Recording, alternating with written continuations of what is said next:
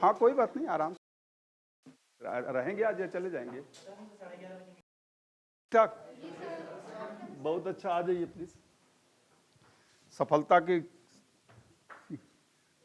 कुंजी आपका कल आने वाला दिन है, तो कल आने वाला दिन सफल तभी होगा जब आज के दिन का आप अच्छा उपयोग करेंगे। कल की सफलता आज के संघर्ष पर निर्भर करती है। ये केवल ये नहीं कि कल आने वाला दिन है उसका इंतजार मत करिए कि कल आने वाले दिन सफलता मिलेगी। तो कल की सफलता आज के संघर्ष पर निर्भर करती है कि आप कितना संघर्ष करते हैं या आप कितना सोते हैं, वो आपके ऊपर निर्भर करता है।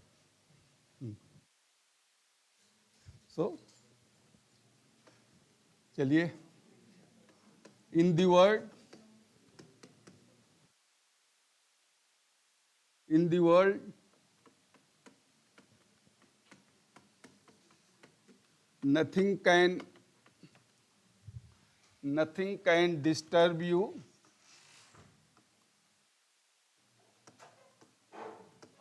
nothing can disturb you more than your negative thoughts.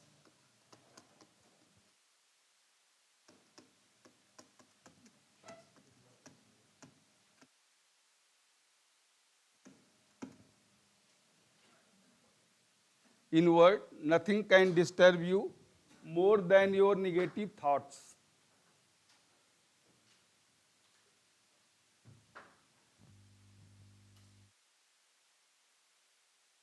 On कर दी। In word, nothing can disturb you more than your negative thoughts. तो इस संसार में आपके इन संसार में स्वयं के नकारात्मक विचारों से ज्यादा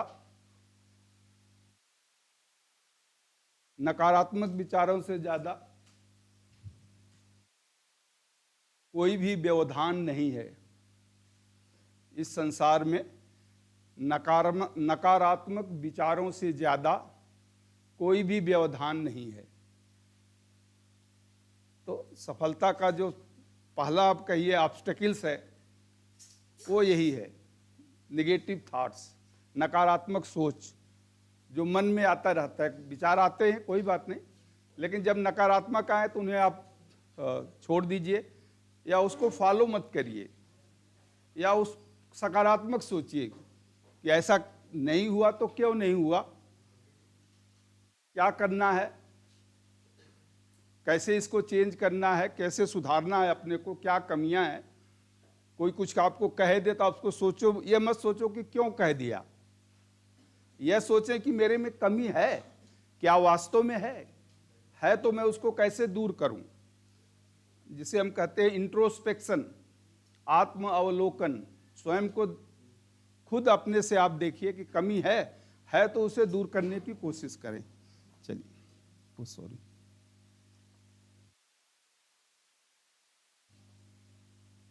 ठीक, आ जाइए। चलिए, लॉ ऑफ लर्निंग कल हम शुरू किए थे।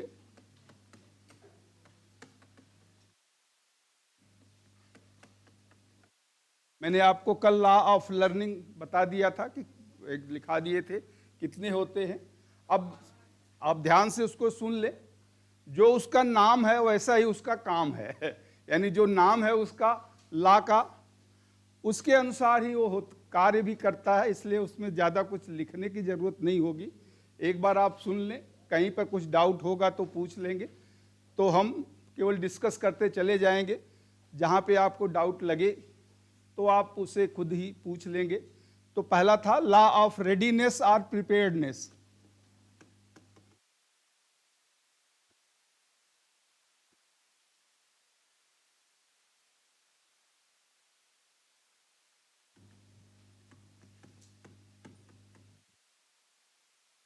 तत्परता या तैयारी का नियम,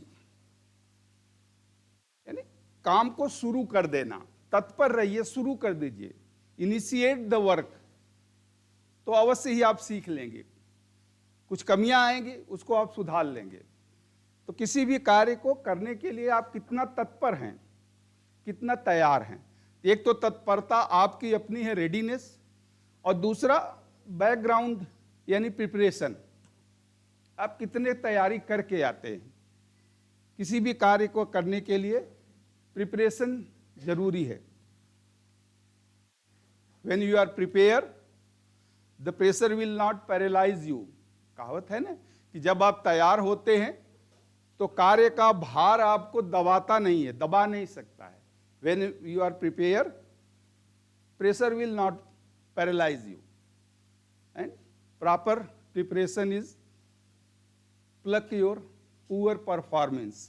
तो जो प्रॉपर आप प्रिपेयर किसी कार्य को करने के लिए, जब एक छोटा सा घर में एक पार्टी होती है, एक बर्थडे ही पार्टी हो, तब भी आप तैयारी करते हैं कि किसको बुलाना है, क्या क्या सामान लाना है, कितने बजे लोग आ जाएंगे, ये सामान नहीं आया, फोटोग्राफर नहीं आया तो बार बार फोन करोगे, अरे यार सब आ गए, फोटोग्राफर ही नहीं आया अभी।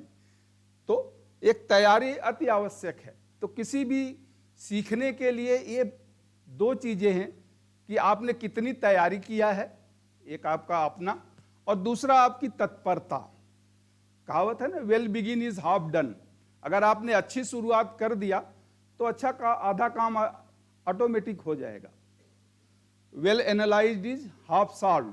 किसी समस्या का अगर अच्छी तरह विवेचना कर दिया तो समस्या आधा अपने आप सुलझ जाती है।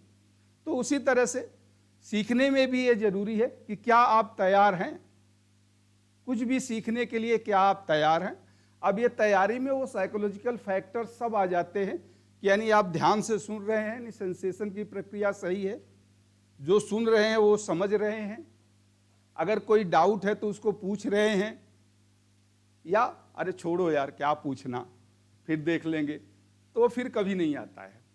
तो अगर कोई डाउट है, कोई दुविधा है, तो उसका अवश्य समाधान करें, तो फिर वो कंसेप्शन होगा आपका, अच्छी तरह आप उसे सीखेंगे, समझेंगे।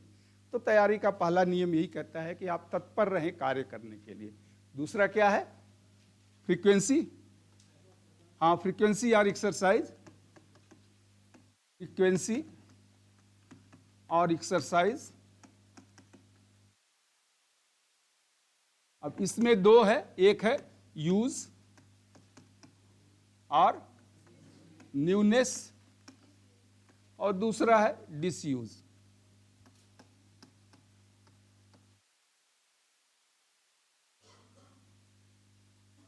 इसमें कुछ ज़्यादा एक्सप्लेन करने की जरूरत नहीं है, यानी जो भी आपने सीखा है उसकी बार बार आप पुनरावृत्ति करें, उसे समय समय पर दोहराते रहें। कोई भी कार्य आपने किया है तो उसे बार बार आप करेंगे तो आपकी स्पीड भी बढ़ती है, क्वालिटी भी आती है, साथ में एक कॉन्फिडेंस भी आता है, आत्मबल भी विकसित होता है। Yes I can do it, मैं इसे कर सकता हूँ। और अगर कोई समस्या डाउट्स रह जाता है तो उसका भी समाधान होता है। तो किसी भी कार्य को, चाहे वो कहना हो या वो करना हो, यानी नॉलेज से संबंधित हो या फिर प्रैक्टिकल से संबंधित हो, कुछ भी हो, किसी भी कार्य को सीखने के लिए, इसीलिए practice makes the man perform perfect.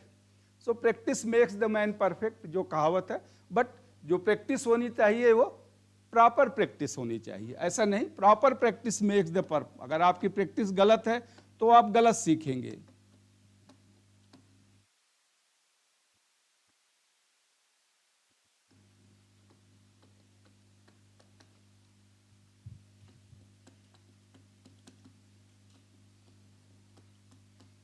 उचित अभ्यास आपको परफेक्ट बनाता है।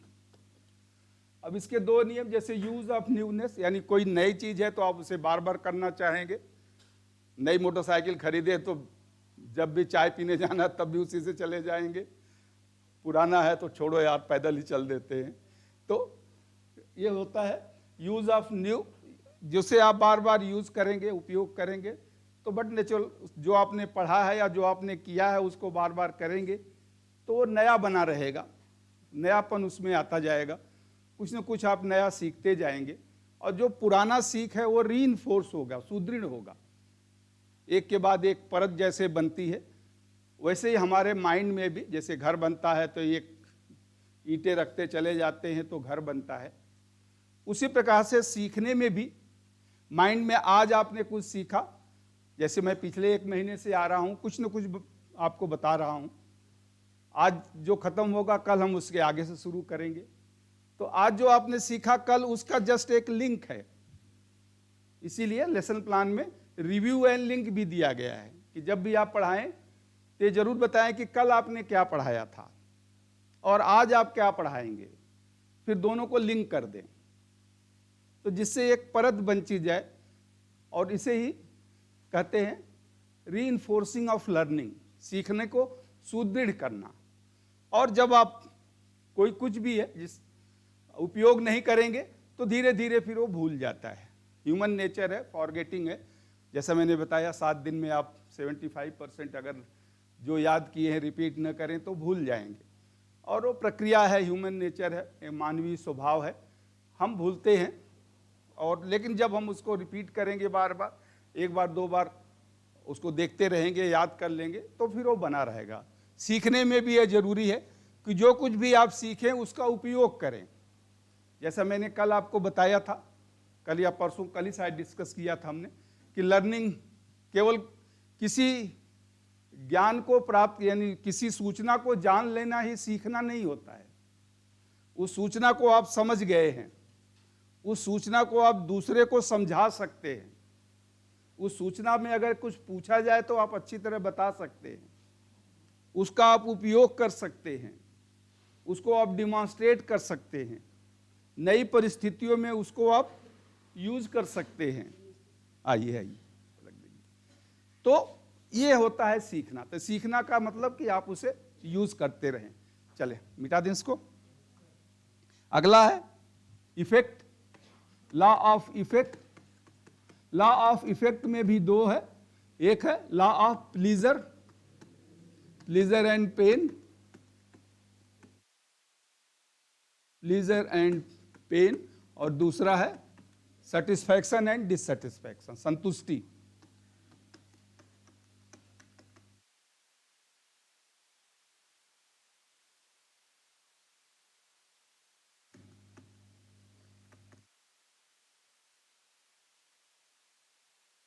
संतुष्टि का नियम, यानी किसी कार्य से आप संतुष्ट हैं, किसी कथन से आप संतुष्ट हैं, किसी परिचर्चा से आप संतुष्ट हैं, तो आपको याद रहेगा, यानी आप उसको सीख लेंगे।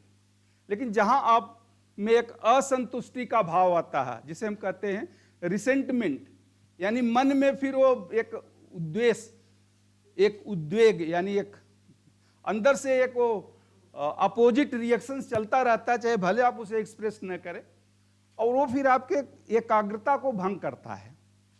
अभी आपके मन में, अगर अभी आप बाहर किसी से झगड़ा कर लिए हो या कोई हार्ट अटैक हो गया हो, ठीक है, आप वहां से आके यहाँ बैठ गए हैं, आप यहाँ बैठे हैं, लेकिन मन में वही चलेगा, उसने ऐसा बोल दिया, मैं तो कुछ किया नहीं, उसने क्यों कह दिया, वही आपके मन में चलेगा। तो वो जो आवेश या वो जो इंपल्स आपके मन में आ रहा है, यहाँ क्या कहा जा रहा है, क्या डिस्कशन हो रहा है, उससे आप अनभिज्ञ हो जाते हैं। तो इसलिए ये जरूरी है कि एक संतुष्टि का भाव हो कि मैंने जो किया उससे मैं सेटिस्फाइड हूं, मैंने जो सीखा उससे मैं सेटिस्फाइड हूं, हाँ कमियां हैं वो मैं दूर कर लूंगा। इसलिए आगे बढ़ने के लिए कि हमेशा कंटेंटमेंट एक होता है, संतोष और संतुष्टि में फर्क है। आप कंटेंटेड हैं अगर, तो प्रगति नहीं कर पाएंगे कि जो कुछ है ठीक है यार, नहीं मिला नहीं मिला, या वो हम कहते हैं ना, एक आशावादी होता है और एक निराशावादी, इन दोनों के बीच में एक और होता है, उसे क्या कहते हैं? अब वो मेल और फीमेल के बीच वाला मत बता देना। आशावादी निराशावादी के बीच में होता है भाग्यवादी।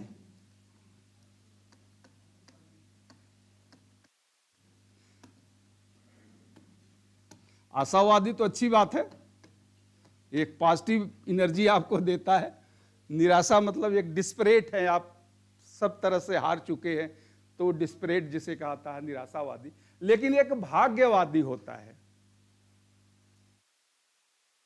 मैथिली शरण गुप्त जी ने कहा था ना, रह भरोसे भाग्य के दुख भोग पछताओ नहीं, काम कितना भी कठिन हो वीर तुम घबराओ नहीं। Very good. तो रह भरोसे भाग्य के, यानी अरे ईश्वर चाहत में फेल हो गया, ईश्वर की मर्जी है। अरे आप रात भर दिन भर सोते रहे हो, फेल हो गए, तो उसमें ईश्वर की क्या मर्जी थी भाई? ये हो गया, ईश्वर की मर्जी थी। मेरी ट्रेन छूट गई, ईश्वर की मर्जी थी। अरे तुम लेट ही निकले, आधा घंटा पहले निकलते तो कैसे ट्रेन छूट जाती? तो सब कुछ ईश्वर के ऊपर, मतलब भगवान को ब्लेम करके हम बच जाते हैं। तो ये आशावादी तो ठीक है, लेकिन भाग्यवादी ठीक है। ईश्वर में आस्था जरूरी है, लेकिन ईश्वर ही सब कुछ कर देगा वो नहीं है। ईश्वर आपकी हेल्प करता है, अदृश्य शक्तियां हैं, ऐसी बात नहीं है, आस्था होना चाहिए। लेकिन कुछ करें ना आप। ईश्वर तो कहता है भाई तुम करो, कर्म करो। कहते हैं ना कि पानी आ गया, पानी गांव में या शहर में पानी भरने लगा, तो रेस्क्यू टीम आई।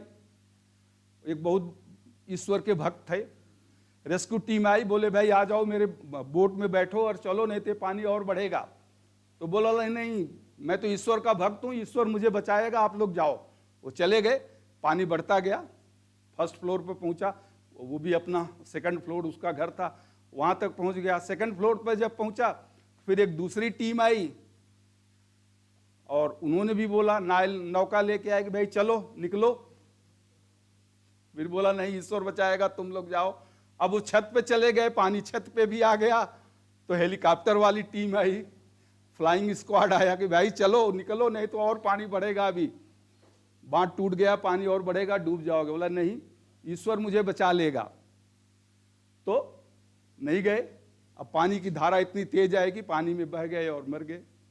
जब ऊपर पहुंचे तो ईश्वर से उन्होंने कंप्लेन किया कि आप मुझे बचाने नहीं आए। तो बोले भाई वो जो बोट लेके आया था, जो नाव लेके आया था, या जो हेलीकॉप्टर लेके आया था, वो कौन था? तो मैं ही था, तुम मुझे पहचान ही नहीं पाए। तो इसलिए कर्म जरूरी है। ईश्वर पर आस्था अच्छी बात है, लेकिन अपना कर्म आप छोड़ दें। कर्मण्येवाधिकार है मा फलेश कदाचिन, तो ठीक है, आपको कर्म तो करना है, फल तो मिलेगा ही, क्यों नहीं मिलेगा? वो भाग्यवादी है। आशावादी होता तो पहली बार में ही निकल लेता, जब वो पहली बार आए थे। लेकिन वो पहचान नहीं पाया ईश्वर को ने भाई। दोनों, तीसरा, ईश्वर ने पहला आपको दिया, पहला मौका दिया, दूसरा मौका दिया, तीसरा मौका। कम से कम जब हेलीकॉप्टर आया था तभी आप निकल लेते, कि हो सकता है ईश्वर ने ही भेजा है ये मेरे लिए। अगर भाग्यवादी हैं तो ईश्वर ने भेजा है, आप निकल लो। तो वहां तो आप तो एक नहीं, जब खुद ईश्वर अपना विमान पुष्पक विमान लेके आएंगे तब मैं जाऊंगा भाई। पुष्पक विमान लेके आएंगे तब मैं जाऊंगा। तो क्या आपने पुष्पक विमान जैसा कार्य किया है? राजा हरिश्चंद्र जैसे आप चिता के सामने खड़े हुए हैं, उतना काम आप करोगे तो जरूर। वहां भी तो उन्होंने अपना कर्म किया ना। राजा हरिश्चंद्र एक सत्यवादी थे। अगर वो बोलते नहीं, ईश्वर जो करता है ठीक है, राजपाट चला गया, जाने दो, लेकिन फिर भी उन्होंने अपना कर्म किया, तभी तो वो विमान आया उनके लिए। तो क्या आपने वो कर्म किया है? तो कर्म की प्रधानता तो हर जगह है।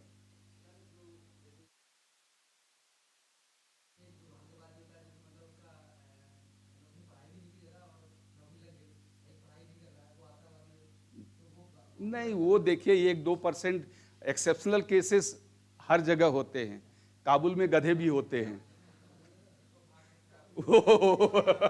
काबुल में गधे भी होते हैं। सभी घोड़े ही नहीं होते हैं, 1-2 गधे भी होते हैं। तो वो कोई, अच्छा अगर ऐसा आप भाग्य की बात करें, जैसे ये बात कर रहे हैं कि कोई बिना पढ़े हुए पास हो गया, या कोई उसका बड़ा सीनियर अफसर या कोई रहा होगा, तो उसके पूर्व जन्म का फल रहा होगा। ये भी तो है भाई, अगर आप मानते हो। बिना पढ़, लेकिन सब तो नहीं, 1-2 होते हैं, मैं मान नहीं। वो तो भाग्यवादी, देखिए भाग्यवादी में 1-2% होता है।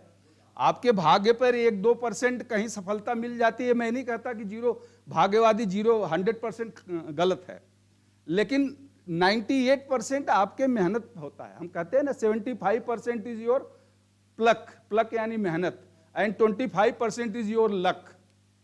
तो 25% आपका भाग्य भी साथ देता है, लेकिन 75% तो आपको मेहनत करना है। हाँ, कुछ आप कर रहे थे।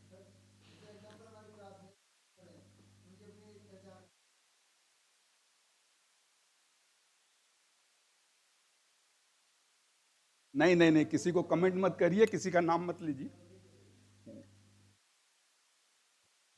चलिए अब उधर मत, अब डिस्कशन को डिरेल मत करिए, वापस आ जाइए लर्निंग पे। तो ये कहने का मतलब मेरे ये था कि आप जहां सेटिस्फाइड होंगे, संतोषप्रद, जब आप किसी अपने कार्य से आप सेटिस्फाइड होते हैं, तो आप में मन में एक इच्छा जागृत होती है कि हाँ मैंने आज जो काम किया वो सफल हो गया, सही था, आगे और भी करूंगा, तो आप सीख लेते हैं। और जहां आप सेटिस्फाइड नहीं होते हैं तो फिर आगे आपका मन भी नहीं लगेगा कार्य करने में, कि छोड़ो यार क्या करना। उसी तरह से जिस कार्य में आपको खुशी होती है वो कार्य आप अच्छे से करेंगे, जिस कार्य में खुशी नहीं होगी उसे आप करना नहीं चाहेंगे। जब आप करना नहीं चाहेंगे, पढ़ना नहीं चाहिए, जो सब्जेक्ट आपको अच्छा लगता है उसको बार बार पढ़ेंगे। जिस सब्जेक्ट में आपको रुचि नहीं होगी उसे आप पढ़ना नहीं चाहेंगे, तो वहाँ फिर फियर ऑफ पनिशमेंट, कि डर से कह रहे फेल हो जाऊंगा यार, पढ़ लो नहीं तो एक टीचर थे यहीं पे एग्जाम के लिए आते थे बेचारे, ड्राइंग में सब में पास हो जाते थे और ड्राइंग में फेल हो जाते थे। और उस समय हमारे डायरेक्टर साहब जो थे उनको भी पता नहीं क्या होती, जब एग्जाम होता था तो उनके पास आके बैठ जाते थे, मतलब दूसरा कोई उनको बता भी नहीं पाता था कि आप सर ड्राइंग में ये कर लो वो कर लो। वो कहते थे सर आप घूम लो, नहीं नहीं मैं तुम्हारे पास ही बैठूंगा। तो वो बेचारे 4 बार 5 बार फेल हो गए। डायरेक्टर साहब यहाँ से चले गए, जब दूसरे डायरेक्टर आए, मतलब मैं आया, जब मेरा ट्रांसफर आया तो मुझे पता चला, तो अगली बार मैं बोला भाई इनको लिखने दो, लिखने दो, कम से कम टीचर हैं यार, इनके विद्यार्थी भी क्या कहते होंगे कि गुरुजी फेल हो जाते हैं बार बार। तो इनका एक अच्छा नहीं है ना भाई, गुरुजी ही फेल हो रहे हैं तो फिर हमको क्या पढ़ाएंगे, तो गुरुजी को तो पास होने दो कम से कम। चले, तो ये सेटिस्फैक्शन एंड डिसफैक्शन, इफेक्ट यानी एक प्रभाव होता है, ये मानसिक एक सोच हमारी होती है। इसमें किसी दूसरे का वो होता है, ठीक है, दूसरा मोटिवेट कर सकता है, प्रेरित कर सकता है, लेकिन जब तक आपकी इच्छा शक्ति नहीं जगेगी, और जब इच्छा शक्ति से आप कार्य करके सेटिस्फाइड हो जाएंगे तो आप स्वतः ही उस कार्य को सीख लेंगे। चलिए, इसके बाद क्या था, प्राइमेसी। प्राइमेसी शायद मैंने बताया भी था आपको, प्रमुखता। प्राइमेसी यानी प्रमुखता, कोई कार्य, कोई घटना, कोई दुर्घटना, कोई ऐसा हो, जैसे पहले दिन आपका इंटरव्यू है, नौकरी का पहला दिन, या ट्रेन में आप जा रहे हैं, कोई ऐसा मिल गया, या किसी ने कुछ आपको बता दिया, कोई हाथ देखने वाला है कुछ ऐसा बता दिया कि ऐसा होने वाला है, जैसे भाग्यवादी फिर हम उसी पर आ गए, तो ऐसा अगर कुछ हो वो आपको याद रहता है, और उस संदर्भ में जो कुछ भी परिचर्चा हुई आप जब भी याद करेंगे तो आपको याद आएगा कि अच्छा उन्होंने ऐसा कहा था, या वहाँ उनके साथ ये मुलाकात हुई थी। तो इसी तरह से सीखने के प्रक्रिया में भी कुछ जो दिखाया जाता है, ट्रांसपेरेंसी चार्ट, मॉडल, या कुछ जो बताया जाता है, या टीचर जो एग्जाम्पल देता है, इसीलिए दिया जाता है कि वो कम से कम एग्जाम्पल आपको याद रहे। या कोई हम छोटे से कोई एक कहानी या किंवदंती या कोई जोक सुनाते हैं, तो उसका अर्थ यही रहता है कि उससे वो रिलेटेड हो, जो आज का हमारा कंटेंट है उससे वो रिलेटेड हो, तो कम से कम वो जोक्स या वो जो कुछ मैंने कहा है वो आपको याद रहेगा, तो उससे रिलेटेड जो कंटेंट पढ़ाया गया था उसको भी आप याद कर लोगे। तो ये इसलिए ये सब इसमें रखा गया है कि कुछ न कुछ आपको याद पड़ जाए, कुछ ऐसी चीजें बताई जाए जिसको आप याद करें या याद करने की कोशिश करें, तो उस संदर्भ में जो कुछ भी पढ़ाया गया है वो भी आप सीख लेंगे। प्राइमेसी के बाद रिजेंसी, नयापन, कुछ भी नयापन है, यानी जो घटना अभी अभी हुई है, आज कल परसों कुछ हुआ है ऐसा क्लास में, जैसे आज है आपका मीटिंग है 11 बजे। आपके जो मेस की प्रॉब्लम से उसके लिए मीटिंग है, एक ऑफिसर्स आए हैं दिल्ली से, अगले महीने 1 नवंबर को डिप्टी डीजीपीओ बन रहे हैं, यहाँ डायरेक्टर भी रह चुके हैं ईश्वर सिंह साहब, 17-18 में थे, शायद 17 में थे। तो ठीक है, कम से कम आज का दिन तो याद रहेगा कि आज मीटिंग हुई थी। आज किसने, बोले एक डायरेक्टर मीटिंग के लिए आए थे, एक रिटायर्ड डायरेक्टर हमारा क्लास ले रहे थे, तो कम से कम आपको याद रहेगा कि आज इन्होंने क्लास में क्या बताया था, लॉ ऑफ लर्निंग। तो कम से कम लॉ ऑफ लर्निंग के कुछ तो नियम 15 में से 5 तो याद रहेगा, 30%। चलिए, इसके बाद आगे वाला क्या है, law of assimilation. Assimilation, assimilation यानी समाहित हो जाना, मिल जाना, बीच में कोई ऑब्स्ट्रक्शन यानी सुचारू रूप से चलना जिसे हम कहते हैं। ये साइकोलॉजिकल फैक्ट्स है। जब आप ध्यान से सुनेंगे तो जैसा मैंने कहा कि ज्ञानेंद्रियों की संवेदना से ही सूचनाएं माइंड तक पहुंचती हैं। तो जब आप ध्यान से सुनते हैं यानी आपका अटेंशन और इंटरेस्ट दोनों एक साथ जुड़ जाता है, और अटेंशन और इंटरेस्ट जब एक साथ होता है तो उसे हम कहते हैं कंसंट्रेशन, ध्यानाकर्षण। अटेंशन और इंटरेस्ट यानी किसी कार्य को आप ध्यान से कर रहे हैं, और जब ध्यान से करेंगे तो उस कार्य में रुचि भी आएंगी। मैंने कहा था ना, interest is a talented attention, खैर आप तो भूल ही गए होंगे। Interest is the talented attention and attention is the, किसी को याद नहीं है, attention is the interest in action, interest is the talented attention. यानी जब आप किसी कार्य में ध्यान लगाएंगे, पहले तो ध्यान नहीं लगेगा, लेकिन जब आप ध्यान लगाएंगे तो धीरे धीरे धीरे धीरे वो रुचि बढ़ जाती है, ऑटोमेटिक उस कार्य में आपके रुचि बढ़ेगी धीरे धीरे, और अगर सफलता 1-2 बार मिल गई तो वो रुचि और बढ़ती है। तो असिमिलेशन का मतलब ये है कि बाधाओं को दूर करते हुए अपने ध्यान और रुचि को इस प्रकार आप केंद्रित करें कि ध्यानाकर्षण बढ़े, और जब ध्यानाकर्षण बढ़ेगा तो जो आप करना चाहेंगे या जो आप सीखना चाहेंगे वो आप कर लेंगे, वो आप सीख लेंगे। तो लॉ ऑफ लर्निंग कहता है कि हमेशा ध्यान और रुचि को एक जगह समायोजित करने की, असिमिलेट करने की कोशिश करिए, क्योंकि ध्यान जो क्या करता है, ये भटकता रहता है। वो कहते हैं ना, जंपिंग मंकी, उछलता हुआ बंदर, कभी एक डाल पे नहीं रुकता है, कभी यहाँ कभी वहाँ, कहाँ। तो एक मैनेजमेंट की भी कहावत है, जंपिंग मंकी, यानी आपका उसी तरह से माइंड है, कभी एक विचार, कभी दूसरे विचार, कभी तीसरे विचार, कभी कहाँ क्या सोचना, तो वो जंप करता रहता है। उसको एक जगह केंद्रित करने के लिए, इसीलिए ऋषि मुनि लोग ध्यान करते हैं, एक जगह मन को एकाग्र करते हैं, कुछ सोचते नहीं हैं।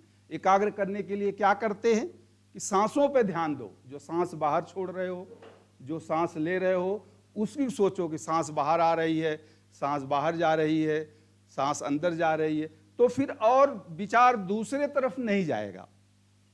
ये भी अच्छा है, आप 1 मिनट 2 मिनट सुबह बैठिए, 10 बार, केवल ज़्यादा नहीं, 10 बार आप सांस को छोड़िए और ध्यान दीजिए केवल सांस पर, और फिर उसको अंदर लीजिए, उस पर ध्यान दीजिए, तो देखिए आपका कंसंट्रेशन बढ़ता है, एकाग्रता बढ़ती है। और एकाग्रता जब बढ़ेगी फिर आप पढ़ना शुरू करेंगे तो उसमें इंटरेस्ट भी आएगा, कि जब आप एकाग्र होंगे तो कुछ पढ़ेंगे तो याद होगा, जब पढ़ेंगे याद होगा तो आपकी रुचि बढ़ेगी।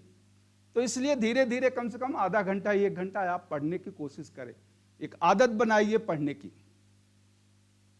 धीरे धीरे धीरे ये आदत बनती है, जैसा मैंने भी कहा, एक दिन में तो नहीं होगा, लेकिन धीरे धीरे धीरे होगा। अब किसी को है कि शाम को सोते समय वो सिगरेट नहीं पिएगा तो उसे नींद नहीं आएगी, और मेरी आदत है कि मैं अगर आधा घंटा कुछ पढ़ूंगा नहीं तो मुझे नींद नहीं आएगी। कुछ न कुछ, जरूरी नहीं कि मैं यही किताब पढूं, कोई न्यूज़पेपर का या कुछ, या फिर यूट्यूब में कुछ ऐसे आते रहते हैं। यूट्यूब तो आजकल अच्छा है, अच्छी चीज़ भी है, खराब चीज़ है, सब कुछ उसमें है। अब ये होता है कि आप देखना क्या चाहते हैं, तो उसमें मोटिवेशनल स्पीच बहुत आते हैं। आप किसी एक का भी मोटिवेशन स्पीच खोल दीजिए, 10 मिनट 15 मिनट सुनिए, उसकी इतना उत्साह आता है कि अरे तब मुझे लगता है यार हम तो आईएएस बन सकते थे। वो स्पीच सुन के लगता हम तो आईएएस बन सकते थे, बने नहीं, इसका मतलब कहीं ना कहीं हम हमारे योग्यता थी, हम बन नहीं पाए। तो ये मोटिवेशनल स्पीच होती है। ये तब होता है कि जब आप ध्यान को एकत्रित करें और किसी एक दिशा में करें और एक क्रम में करें, यानी कंसिस्टेंसी एंड परसिस्टेंसी। असिमिलेशन के लिए जरूरी है समभाव और निरंतरता। समभाव और निरंतरता।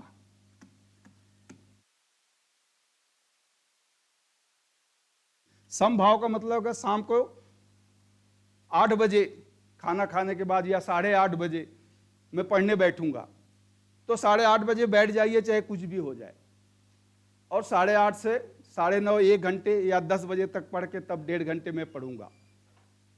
तो वो 1.5 घंटे डेली पढ़िए। ऐसा नहीं कि ठीक है आज 8 बजे पढ़ लिया, दूसरे दिन अरे ठीक है यार कल पढ़ लूंगा, कल तो पढ़ा ही था, एक दिन बीच में गैप कर देता हूं। तो ऐसा नहीं, इसे हम अंग्रेजी में कहते हैं कंसिस्टेंसी और परसिस्टेंसी।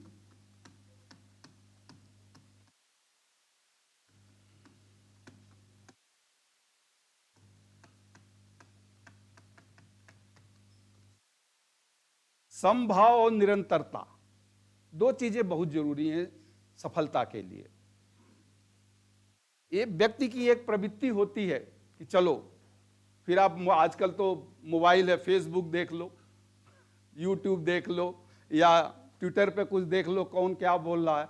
राजनीति की तरफ अगर आप इंटरेस्टेड हो गए तो वो देख लो, पिक्चर की तरफ इंटरेस्टेड है तो किसी पिक्चर का गाना या पिक्चर के कुछ सीन्स आ रहे हैं उन्हें देख लो। तो ठीक है, देखना गलत नहीं है, मनोरंजन भी जीवन में जरूरी है, but excess of everything is bad. अधिकता किसी भी चीज की कि आप 8 घंटे उसी ही देखते रहे। देख लो आप आधा घंटे देख लो, 1 घंटे देख लो, कोई बात नहीं, बट जो आपका काम है उसे भी तो करो, उसको भी करिए थोड़ा सा। कि अगर 24 घंटे में क्या 1 घंटे हम नहीं निकाल सकते कि पढ़ें?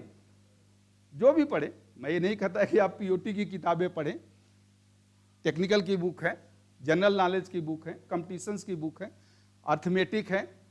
टाइम एंड डिस्टेंस का एक प्रश्न पूछ दूं तो शायद 70% लोग नहीं बता पाएंगे, और आपके कंपटीशन में टाइम एंड डिस्टेंस से जरूर आता है, जनरल नॉलेज में भी आता है, और सिंपल प्रश्न होते हैं, और 1 मिनट का समय मिलता है। जो ग्रेजुएट हैं, अगर बैंक का एग्जाम किसी ने दिया है इसमें से?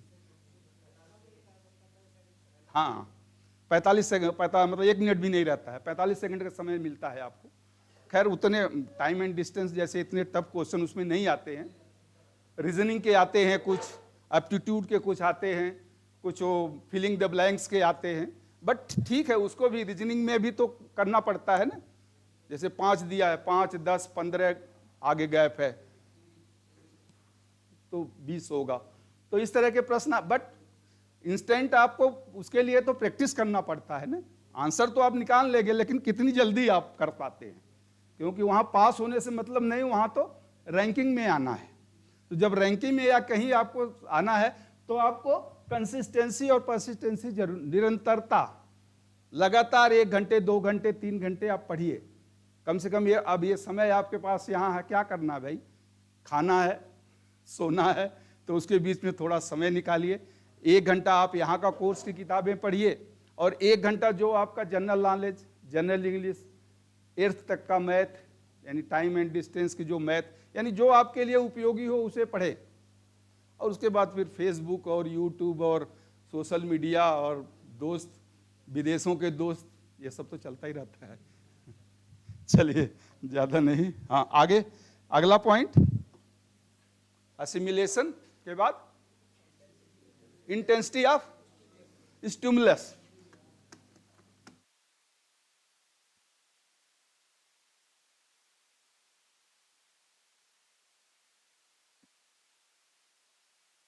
हाँ, स्टिमुलस पर कल हम डिस्कस कर रहे थे ना, उद्दीपन और सद्दीपन। इसका हिंदी में उद्दीपन भी होता है, संदीपन भी होता है, उकसावा भी होता है। इसका कल मैंने उसमें देखा जाके डिक्शनरी में, उकसावा भी है, प्रेरणा भी है। तो जहां आप जहां चाहें इसको, उकसावा, उकसाना किसी को, जागृत करना। नहीं, उत्सर्जित नहीं, इसमें उत्सर्जित तो आप छोड़ देना, उत्सर्जित का मतलब होता है छोड़ना। हाँ जी, और भी होगा, चमक भी होगा, बिल्कुल सही है, प्रेरणा से चमक भी होगा। तो मैंने कल देखा हुआ ही ना, कंफ्यूजन हो रहा था कि उद्दीपन होगा कि, तो जहां पर देखिए एक वर्ड को आप अलग अलग जगहों पर यूज कर सकते हैं। जैसे अब मैं कहूँ, इंग्लिश में कहूँगा आई कंडक्ट द क्लास। अब कंडक्ट का मतलब क्या होता है? चलाना। अब मैं हिंदी में कहूँ कि मैं क्लास को चला रहा हूं, तो जब आप उसे हिंदी में कहेंगे तो चलाना नहीं कहेंगे, फिर तो कहेंगे पढ़ाना, कि मैं क्लास को पढ़ा रहा हूं। लेकिन जब इंग्लिश में कहते हैं तो आई कंडक्ट द क्लास, तो उसका इंग्लिश का जो हिंदी रूपांतर है, तो हिंदी के सेंस में जहां बात करेंगे तो जो सूट होगा वो शब्द, अब जहां पर इसमें से जो शब्द जहां आपको उचित लगेगा उसका उपयोग कर लीजिए। तो मैं अब ये बात कर रहा था इंटेंसिटी ऑफ स्टिमुलस। तो जो ये स्टिमुलस होते हैं, मैंने पहले भी बताया था कि ज्ञानेंद्रियों की संवेदना के आधार पर ही वो इंपल्स जनरेट होते हैं। वो इंपल्स नर्वस सिस्टम के द्वारा एक्टिवेटिंग रेटिकुलर को जाता है, और उसके अलग अलग लोब हैं, पांचों ज्ञानेंद्रिय से 5 लोब को जाते हैं, 5 लोब से फिर वो एक्टिवेटिंग रेटिकुलम्स को जाएंगे। तो जितना ध्यान से आप देखेंगे, इसीलिए शिक्षक का ये दायित्व होता है, उसे पता होना चाहिए कि किस प्रकार से हम अपने विद्यार्थी का एक से ज़्यादा सेंस ऑर्गन यूज कर सकते हैं। अब यहाँ तो हम एक ही करते हैं, आप सुन रहे हैं या मैं लिख रहा तो आप देख रहे हैं, बट इन द टीचिंग में, टेक्निकल क्लासेज में हम एक से ज़्यादा ज्ञानेंद्रियों का उपयोग करने की कोशिश करें, जिससे ज्ञानेंद्रियों से जो एक्टिवेशंस होता है और उस एक्टिवेशन के बाद जो इलेक्ट्रिकल इम्पल्सेस या स्टिमुलस उत्पन्न होते हैं, वो माइंड तक उसकी तीव्रता ज़्यादा हो, उसकी इंटेंसिटी ज़्यादा हो, और जितनी इंटेंसिटी ज़्यादा होगी उतना ही प्रभाव ज़्यादा होगा, यानी परसेप्शन ज़्यादा होगा।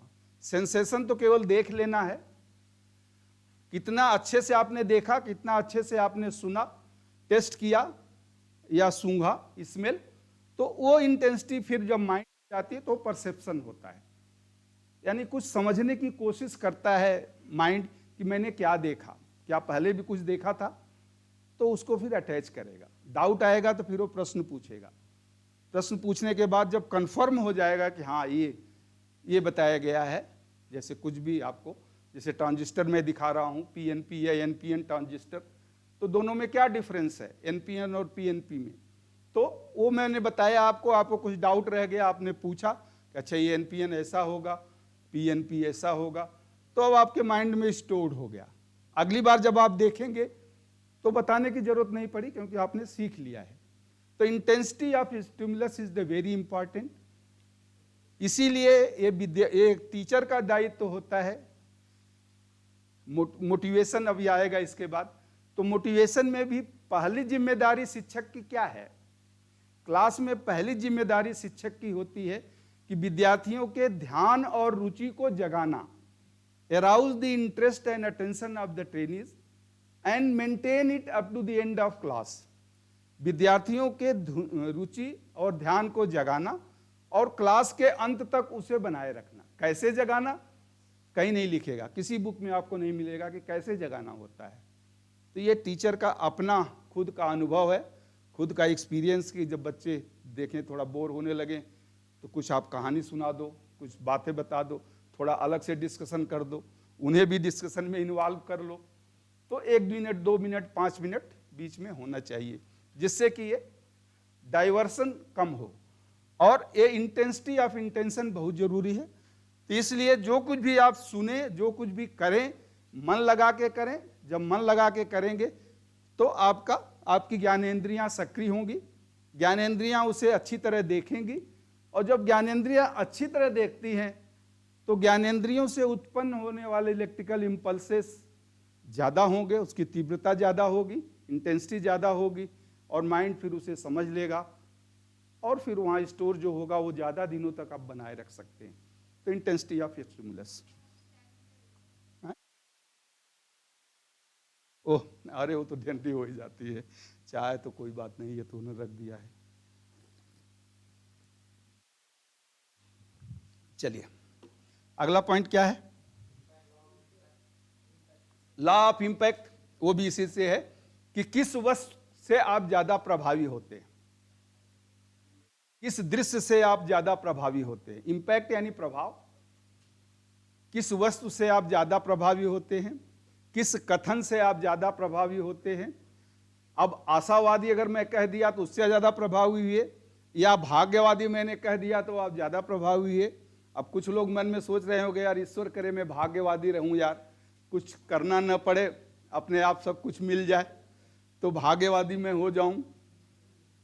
तो जहां कोई कहता है सब कुछ बच्चा ईश्वर पर छोड़ दो, कुछ करने की जरूरत नहीं है, वो तुम्हारे लिए सब कर देगा, तो आप बड़े खुश हो जाते हो, ये तो बहुत अच्छा बोल रहा है यार, मतलब हमारे मन की बात कर रहा है। और दूसरा कोई कहता है ना, वो अगर आपने देखा होगा तेनालीराम का सीरियल, तो एक सीरियल आया था कि तेनालीराम और शेख चिल्ली, शेख चिल्ली आया बोला कुछ करने की जरूरत नहीं है, कुछ मत करो, सब कुछ बेकार है, सब कुछ छोड़ दो, एकदम आराम से सो जाओ और सोचते रहो, जो सोचोगे मन में वही हो जाएगा।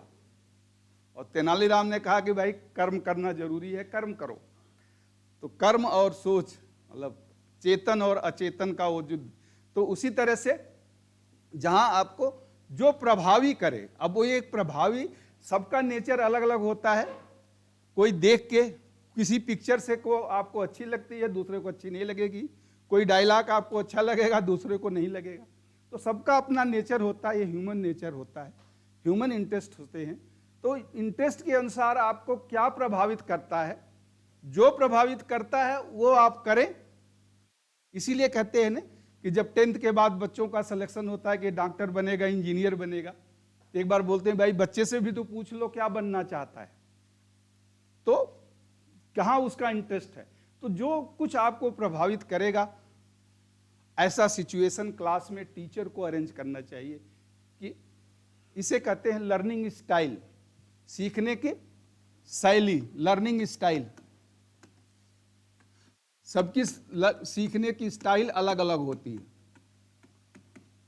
कोई पढ़ते समय बिल्कुल शांत रह के पढ़ेगा, शांत पढ़ेगा और याद करने की कोशिश। कोई है उसे बड़ी तेज आवाज में बोल बोल के पढ़ेगा, बोलेगा जब तक मैं बोलूंगा नहीं मुझे याद नहीं होता है। बहुत लोग ऐसे होंगे। और छोटे बच्चों के यहाँ देखिए, जब 2, 3, 4 में आप पढ़ रहे होंगे, खैर अब तो जमाना गया, जब हम लोगों का जमाना था प्राइमरी स्कूल में पढ़ते थे, तो प्राइमरी स्कूल में तो जनरली जो स्कूल की बिल्डिंग होती थी ऐसी होती थी कि वहाँ बैठने लायक नहीं होती थी, तो बगल में जो कोई बाग है या कोई जगह है वहाँ बैठ के पढ़ते थे। तो जब पहाड़े का समय आता था, एक बच्चा बोलता था और सभी उसको रिपीट करते थे, 2 का 2, 2 दूनी 4, 2 दूनी 6। अब तो खैर अब तो सब इंग्लिश में बदल गया, 2 into 2, 2 into 4, अब तो सब अंग्रेज हो गए हैं। लेकिन उस समय तो वो प्रभाव है, वो शैली एक पढ़ने की थी, वो पढ़ने की। हाँ प्लीज। इंपैक्ट तो प्रभाव ये होता है आपके माइंड पे कितना वो इंपैक्ट करता है। इफेक्ट इफेक्ट का मतलब होता है कि आपके माइंड के साथ साथ आपके बॉडी पे, आपके कार्य की गति पे, आपके कार्य की शैली को भी जो प्रभावित करे, यानी जो आपके परिणाम को प्रभावित करे, जो आपके परिणाम को प्रभावित करे वो इफेक्ट होता है। प्रभावशीलता जिसे कहते हैं, इफेक्टिवनेस, उससे आया है इफेक्ट से इफेक्टिवनेस। और तीसरा आपने क्या बोला? अफेक्ट, अफेक्ट अफेक्शन, अफेक्ट यानी जिससे आपको अपनत्व हो जाए, इंटीमेसी। अफेक्ट का मतलब होता है अफेक्शन, यानी एक तरह का आप प्यार कहें या अपनत्व कहें। तो जहां अपनत्व और प्यार होता है वो अफेक्ट होता है, जहां आपके माइंड पे प्रभाव पड़े वो इंपैक्ट होता है। जो आपके गतिशीलता और आपके परिणाम को प्रभावित करे वो इफेक्ट होता है। चलिए हाँ, आगे अगला पॉइंट।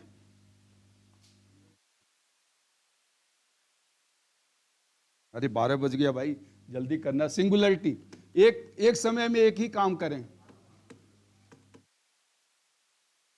सिंगुलरिटी यानी एकलता का नियम, उसका नाम ही है कि एक समय में एक ही काम करो।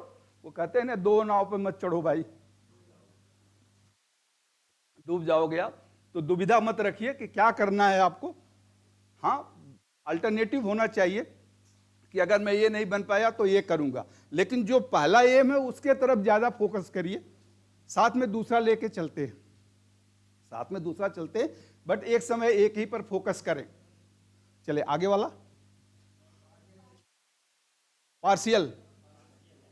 कभी कभी ऐसा होता है कि किसी चीज को आंशिक रूप से दिखा देने पर उसका पूरा विवरण, जैसे वर्नियर कैलिपर्स का, मैं यहां केवल वर्नियर कैलिपर्स का जा ही आपको दिखा दूं कि दो जा ऐसे होते हैं, तो आपको समझ में आ जाएगा कि ये वर्नियर कैलिपर्स है। तो आंशिक प्रक्रिया के द्वारा या कुछ आंशिक या संकेतों के द्वारा पूरी चीज को बता देना, तो इसे हम कहते हैं कि कुछ कभी कभी मैंने बताया था ना आपको, जो क्विज आते हैं टीवी में, देखिए वो किसी उसका पिक्चर में गाने का थोड़े सा पार्ट सुना देंगे कि भाई ये किस पिक्चर का गाना है, या कोई सीन दिखा देंगे या फोटो में दिखा देते हैं। इसे हम TAT भी कहते हैं, थीमेटिक अपरसेप्शन टेस्ट। अगर NDA का कोई परीक्षा देने गया हो, इसमें भी आता है, TAT उसे बोलते हैं, TAT, थीमेटिक अपरसेप्शन टेस्ट।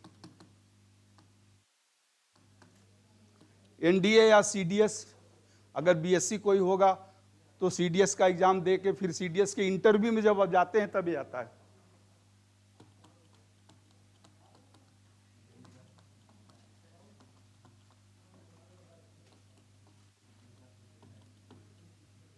ये होता क्या है, कोई एक पिक्चर दिखाएंगे,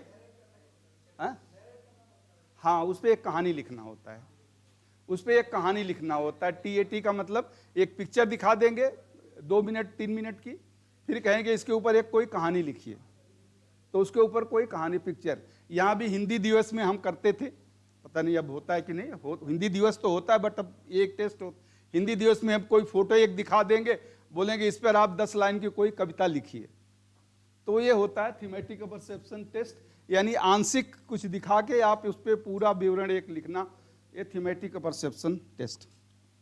चलिए आगे, पर्पज। पर्पज बताने की जरूरत नहीं है, कारण। तो किसी भी कार्य को करने का कारण अवश्य हो, यानी उद्देश्य अगर आपका नहीं है तो आप नहीं सीख सकते हैं। इसलिए first and foremost thing, decide कि मुझे क्या करना है, क्या, क्यों और कैसे, इन 3 चीज को हमेशा जीवन में करिए।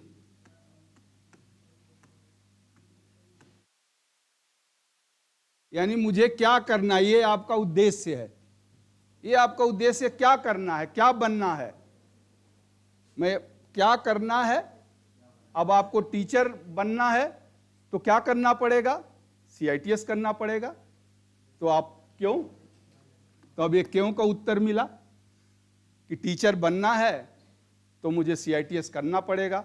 अब कैसे करना पड़ेगा, कंपटीशन में एग्जाम दीजिए, पास करिए, यहाँ आइए, 1 साल इनरोल होइए और पढ़िए।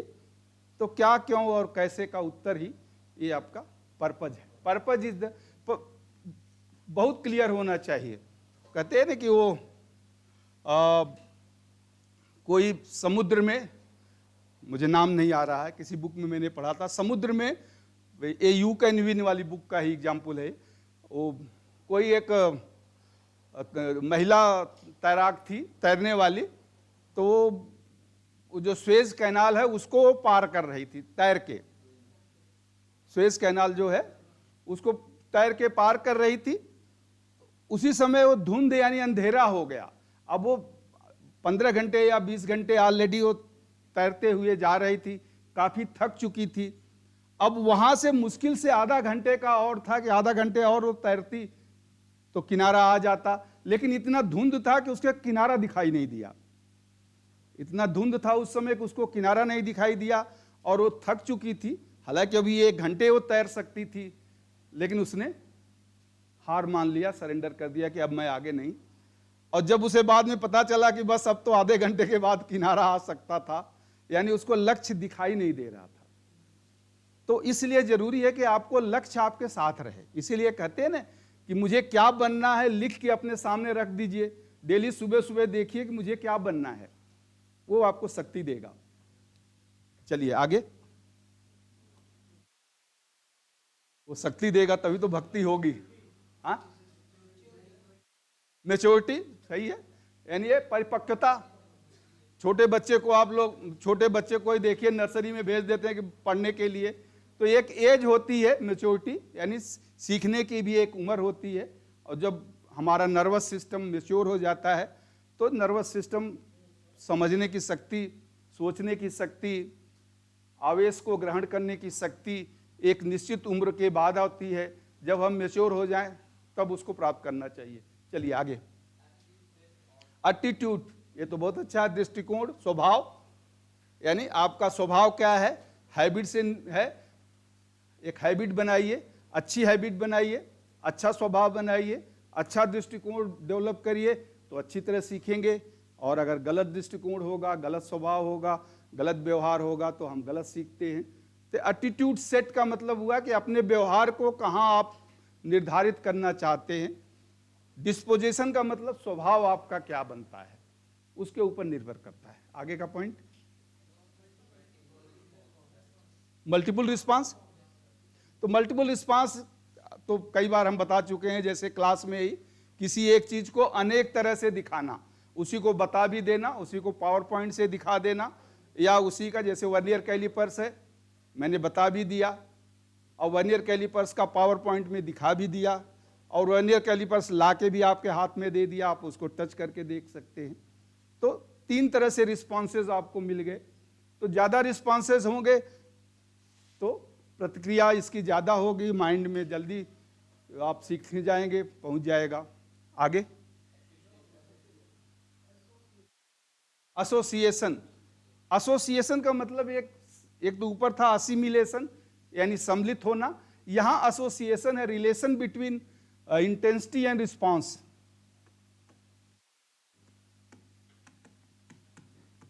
Relation between intensity and response.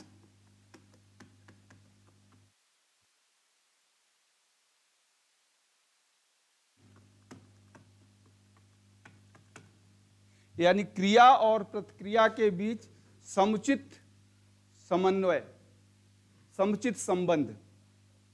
जो क्रिया और प्रतिक्रिया के बीच समुचित संबंध स्थापित होगा, क्रिया और प्रतिक्रिया के बीच समुचित संबंध या अच्छा संबंध स्थापित होने से सीखना तीव्र हो जाता है। क्रिया और प्रतिक्रिया के बीच समुचित संबंध होने से सीखने की गति बढ़ जाती है, सिंपल बात है। तो वही, यानी हमारा इंटेंसिटी क्या है, जो हम देखते हैं और माइंड तक पहुंचता है, और फिर माइंड उसकी प्रतिक्रिया क्या करता है कि हाँ मुझे प्राप्त हो गया, उसको प्रॉपरली एनालाइज कर लिया, कोई डाउट नहीं हुआ। तो जो बाह्य जगत यानी बाह्य और इन्वायरमेंट से जो कुछ आपके माइंड के द्वारा मस्तिष्क तक पहुंचता है, मस्तिष्क उसे एनालाइज करने में सक्षम है या नहीं। एनालाइज करने में सक्षम तब नहीं होगा जब वो सूचना अधूरी होगी, उससे कुछ फैक्ट्स नहीं होंगे।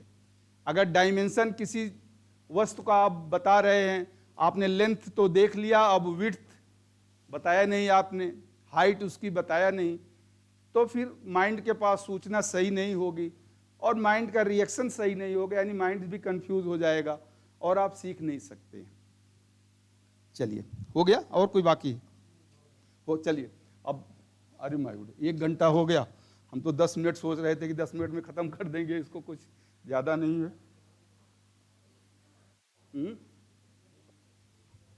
थोड़ा भाषण ज्यादा हो गया, कोई बात नहीं। चलिए अब आगे आते हैं थियरी ऑफ लर्निंग। आज इसको कम से कम खत्म कर लें। थियरीज ऑफ लर्निंग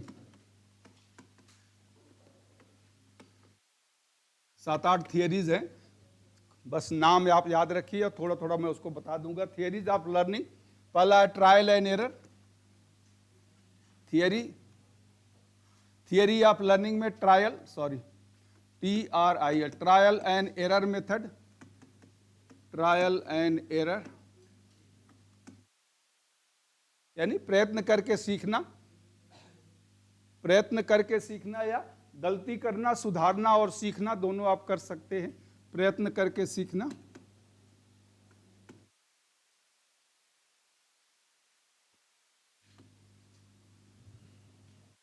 दूसरा है learning by imitation. Learning by imitation,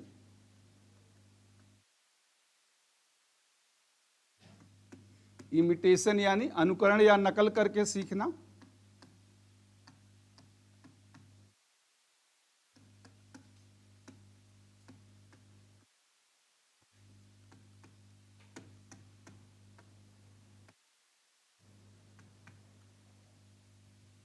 तीसरा है learning by insight.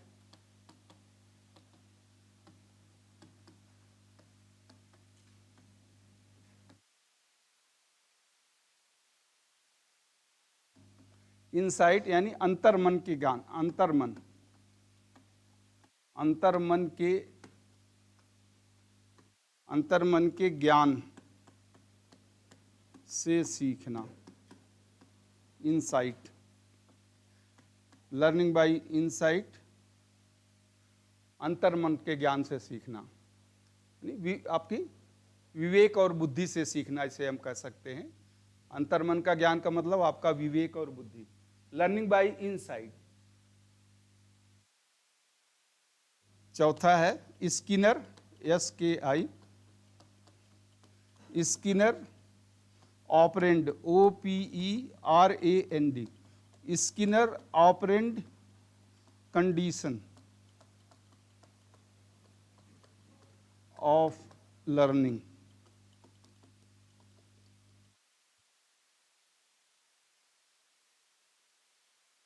Skinner, Skinner तो एक नाम है, स्किनर नाम है, Skinner operand condition of learning. Operand का मतलब होता है किसी कार्य को करना, कार्य को एक निश्चित क्रम में करना, वो ऑपरेंड कहलाता है। स्किनर, SKINN, ये Skinner operand condition of learning, यानी सशर्त, सशर्त कार्य, सशर्त कार्य करके, सशर्त, स बड़ा सा होगा,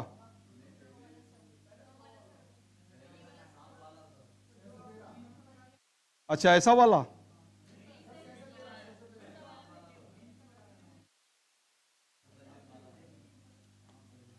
सशर्त कार्य करके सीखना।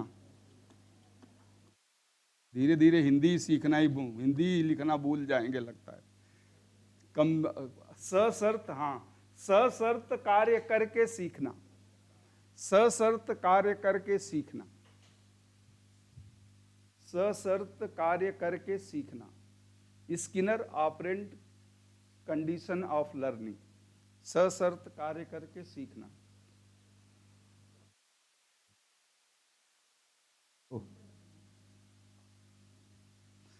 हो गया? चलिए, पांचवा है कंडीशनल,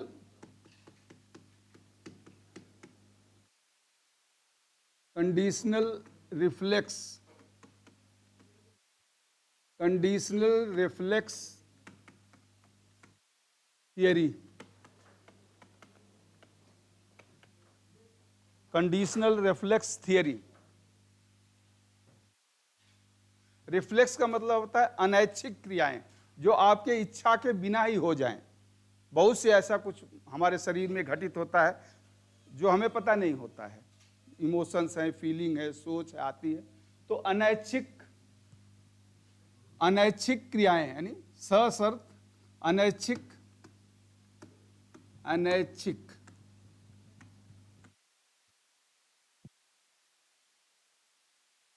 अनैच्छिक क्रियाओं का शर्त अनुसार, अनैच्छिक क्रियाओं का सन अनुसार सीखने में समावेश,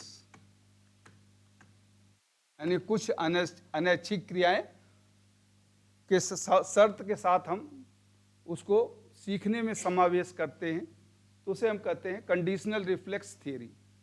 अनैच्छिक क्रियाओं का शर्त अनुसार सीखने में समावेश करके सीखना, समावेश करके सीखना, अनैच्छिक क्रियाओं का सीखने में समावेश करके सीखना।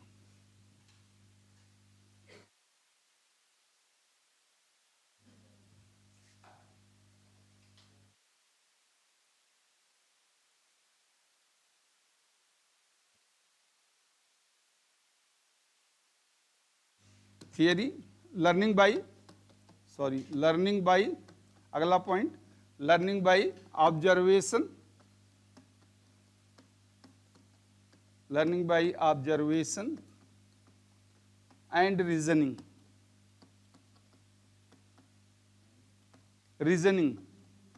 रीजनिंग विवेक और अवलोकन से सीखना, विवेक व अवलोकन, ऑब्जर्वेशन।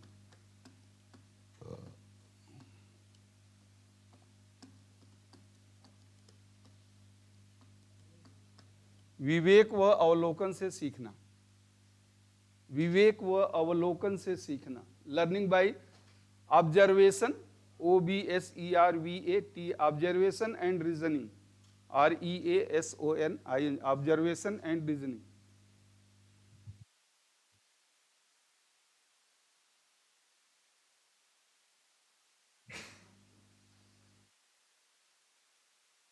बता दे, negative adaptation theory of learning, negative adaptation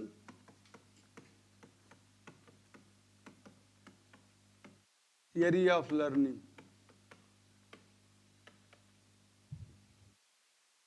adaptation theory of learning.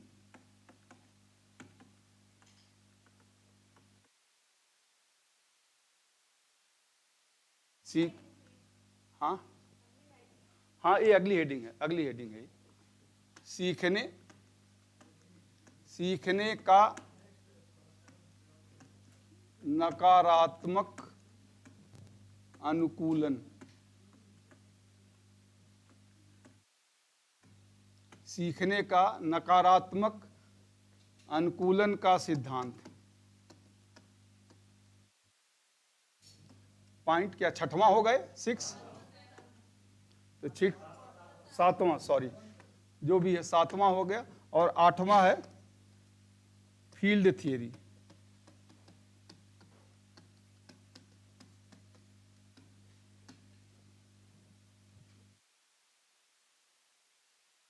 सीखने का क्षेत्रगत सिद्धांत, फील्ड थियरी, क्षेत्रगत सिद्धांत।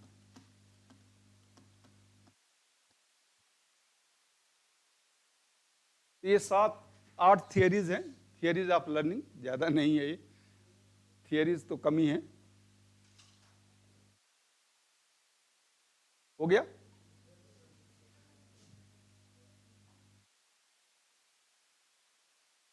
तो ये 7 थियरी मैंने बताया आपको। ट्रायल एंड एरर, प्रयत्न करके सीखना, इमिटेशन, नकल करके सीखना, इनसाइड, अंतर्मन के ज्ञान से सीखना, स्किनर ऑपरेंट थियरी, इसके बाद Skinner operant conditional reflex theory, observation and reasoning theory, and negative adaptation theory and field theory. तो ये 7-8 थियरी हैं। पहला trial and error,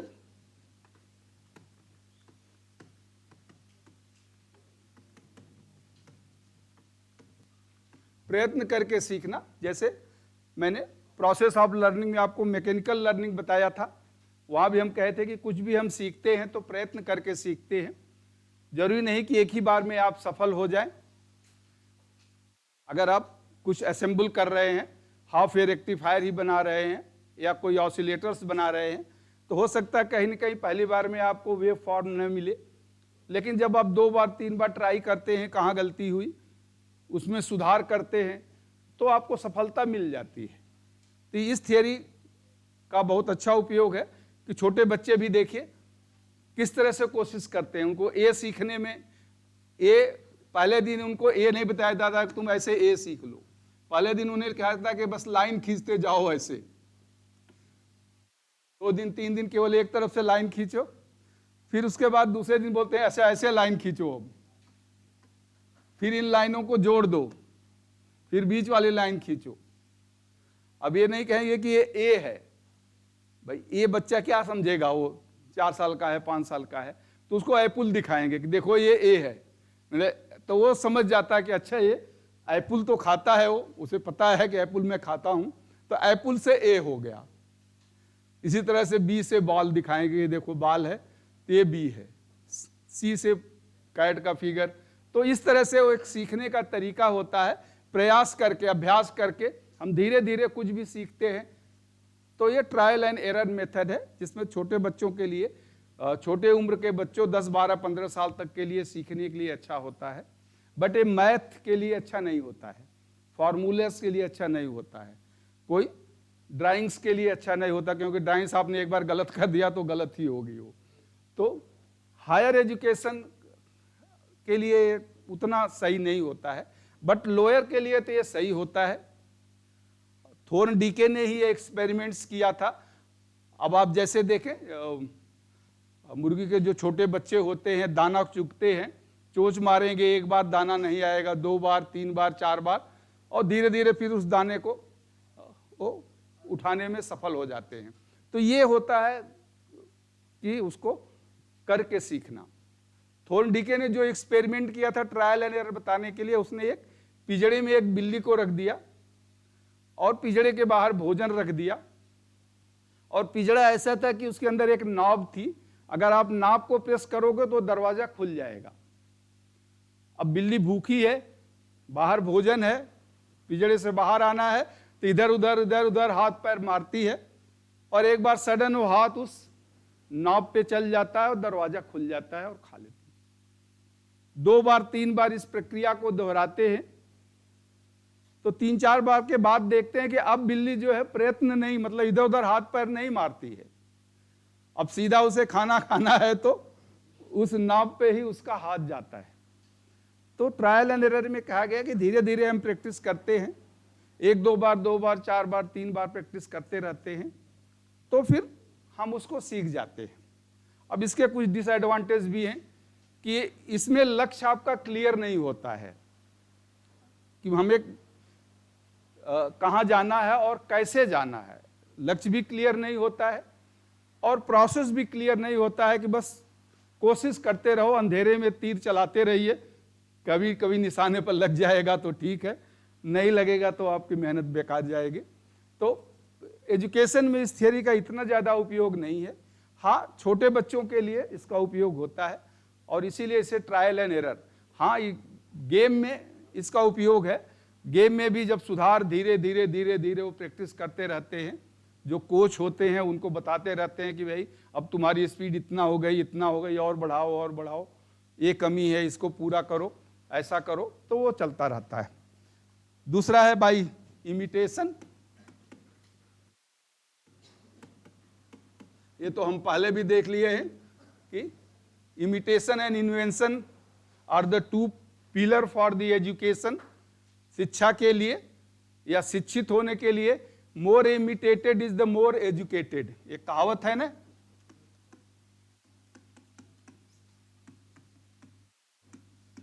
more imitated is,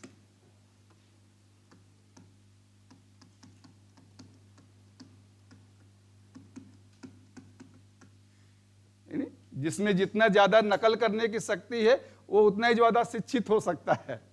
तो जो जितना ज्यादा, अब वो नकल मतलब एग्जाम की नकल नहीं, किसी को देख के सीखने की नकल करना, कुछ देखना और नकल करना, कुछ देखना और वैसा ही कर देना, ये नकल है। बट आजकल एग्जाम में इसका उपयोग ज़्यादा होता है, तो एग्जाम की नकलें हो जाती है। और जब से ये इलेक्ट्रॉनिक ब्लूटूथ और ये सब आ गया, तो आप डेली देखते हैं परीक्षाएं कैंसिल हो रही हैं, अब जो मेहनत करता है उसके लिए दिक्कत हो जाती है उसमें। तो ये शिक्षा के लिए सबसे ज्यादा उपयोगी है, और शिक्षा में हमेशा नकल से ही सुधार होता है। जितने भी इन्वेंशंस हुए हैं, इनोवेशंस हुए हैं, मॉडिफिकेशंस हुए हैं, ये सब इमिटेशन के द्वारा ही हुए हैं, अनुकरण के द्वारा हुए हैं। आज की जो आप कंप्यूटर या मशीनें, एडवांस मशीन या मिसाइल, एंटी मिसाइल, जो कुछ भी आप देखते हैं, ये एक दिन में तो नहीं बना, धीरे धीरे उसमें सुधार हुआ। और ये नकल करके ही सुधार होता कि जब पहले हमने क्या किया था, अब क्या करेंगे। तो हायर एजुकेशन के लिए ये बहुत अच्छा है। और जहां इन्वेंशंस की जरूरत होती है, यानी आविष्कार की जरूरत होती है, जहां कुछ सुधार की जरूरत होती है, जहां कुछ इम्बॉडीमेंट यानी कुछ अलग तरह से करने को लिए हम सोचते हैं, वहां पर इसके द्वारा हम उपयोग कर सकते हैं। तो नकल बहुत जरूरी है, आना चाहिए कि हम किस तरह नकल करें। वो कहते हैं ना कि नकल के लिए भी अकल चाहिए तो नकल के लिए भी अकल की जरूरत होती है, तभी आप नकल कर पाएंगे। तीसरा, लर्निंग बाय इनसाइट।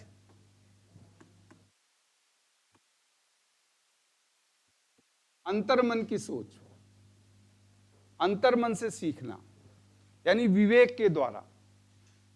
आपका अंतर्मन से कुछ बताया जाएगा आपको।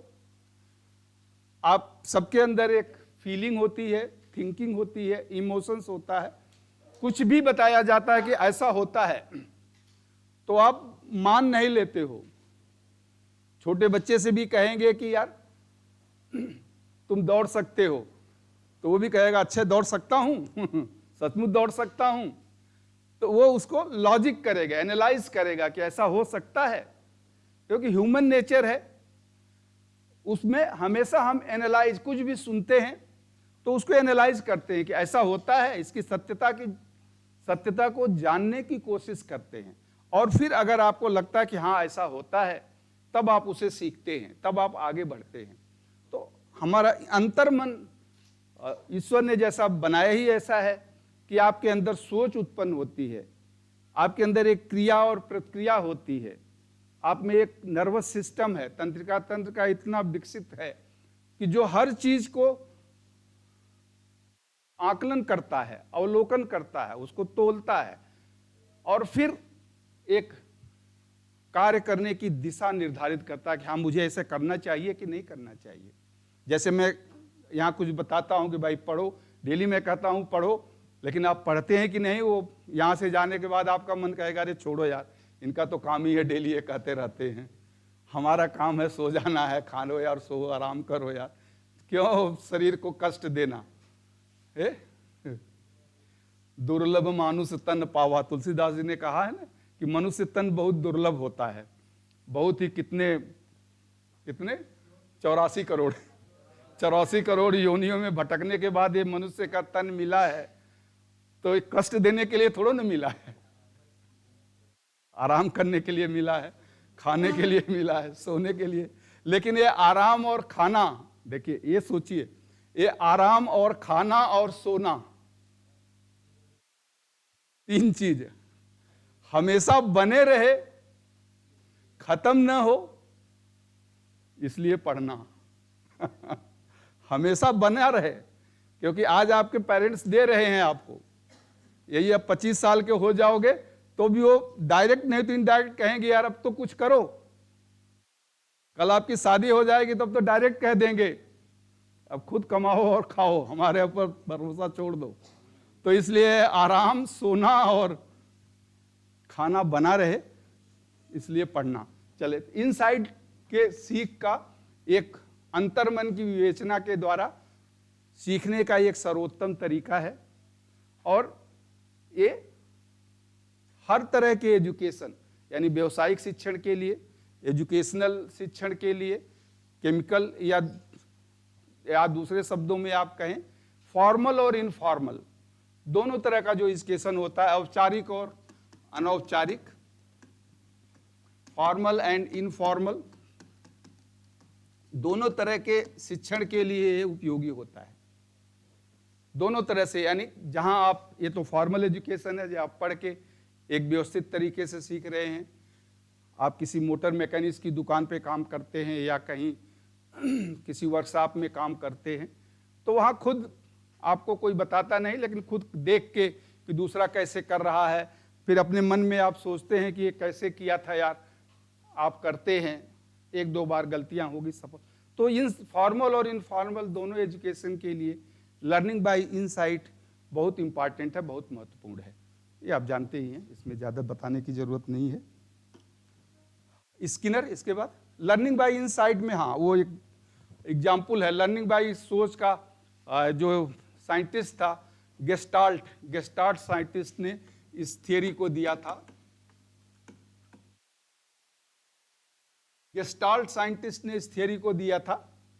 उसने एक प्रयोग किया था, एक्सपेरिमेंट किया था कि एक चिंपैंजी को पिंजरे में बंद कर दिया और उसके बाहर केला रख दिया और उसको 2 छड़ी दिया, और वो छड़ी ऐसी थी कि उस दोनों छड़ी को आप ऐसे जोड़ सकते थे, यानी स्क्रू करेंगे तो एक छड़ी दूसरे अंदर स्क्रू हो जाएगी और फिर वो छड़ी लंबी हो जाएगी। लेकिन दोनों अलग अलग छड़ी से उस केले तक वो नहीं पहुंचेगी, मतलब एक छड़ी नहीं पहुंचेगी, दूसरी नहीं पहुंचेगी, लेकिन जब दोनों को जोड़ दोगे आप तब वो केले तक पहुंच जाएगी। अब चिंपैंजी तो जानते हैं, चिंपैंजी के अंदर तो अपना रीजनिंग पावर होता है, बुद्धि होती है, विवेक होता है।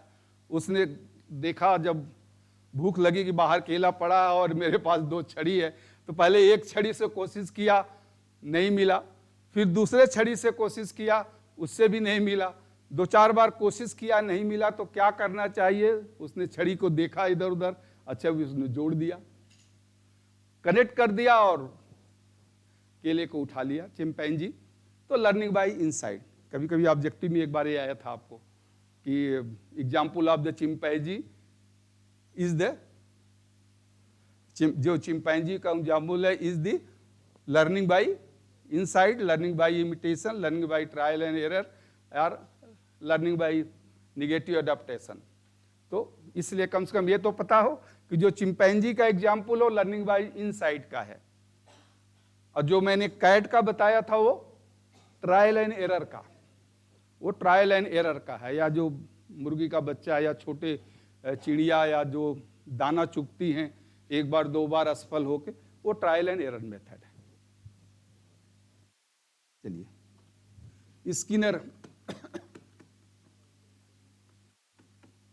Skinner operand theory. अब एक पाउलो रशियन साइंटिस्ट थे,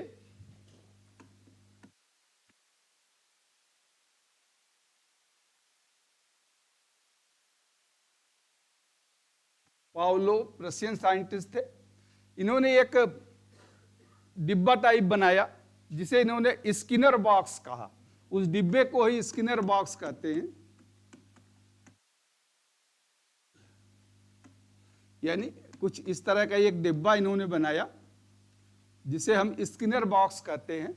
इसके अंदर उन्होंने भोजन रख दिया, एक टेबल के ऊपर ऐसे भोजन रख दिया, और इस जगह पे ऐसे करके एक है ये स्पॉट या पॉइंट जिसे कहते हैं। अब यहां पे एक उन्होंने एक कबूतर को, पिजन को बैठाया। अब पिजन को अपना हेड उठाना पड़ेगा पहले। अब ये कंडीशन देखिए इसमें है, स्किनर ऑपरेंट थियरी है ना, तो कंडीशन है कि उसको हेड को उठाना है और एक पार्टिकुलर जगह पे, यानी यहां पे जब वो चोंच मारेगा तब वो भोजन बाहर निकलेगा, तब वो भोजन बाहर निकलेगा।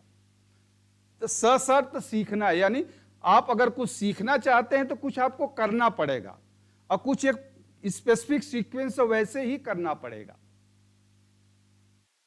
कंप्यूटर में भी अगर करना है कि कोई एप्लीकेशन आप कर रहे हैं तो हर एप्लीकेशन का एक अपना तरीका होता है। ये मोबाइल में भी आप फेसबुक में कुछ कर रहे हैं या यूट्यूब में आप थंबनेल ही लगा रहे हैं, अरविंद है एक्सपर्ट बैठे हैं, तो उसका भी एक तरीका होता है, यानी कौन कौन से स्टेप करना पड़ेगा।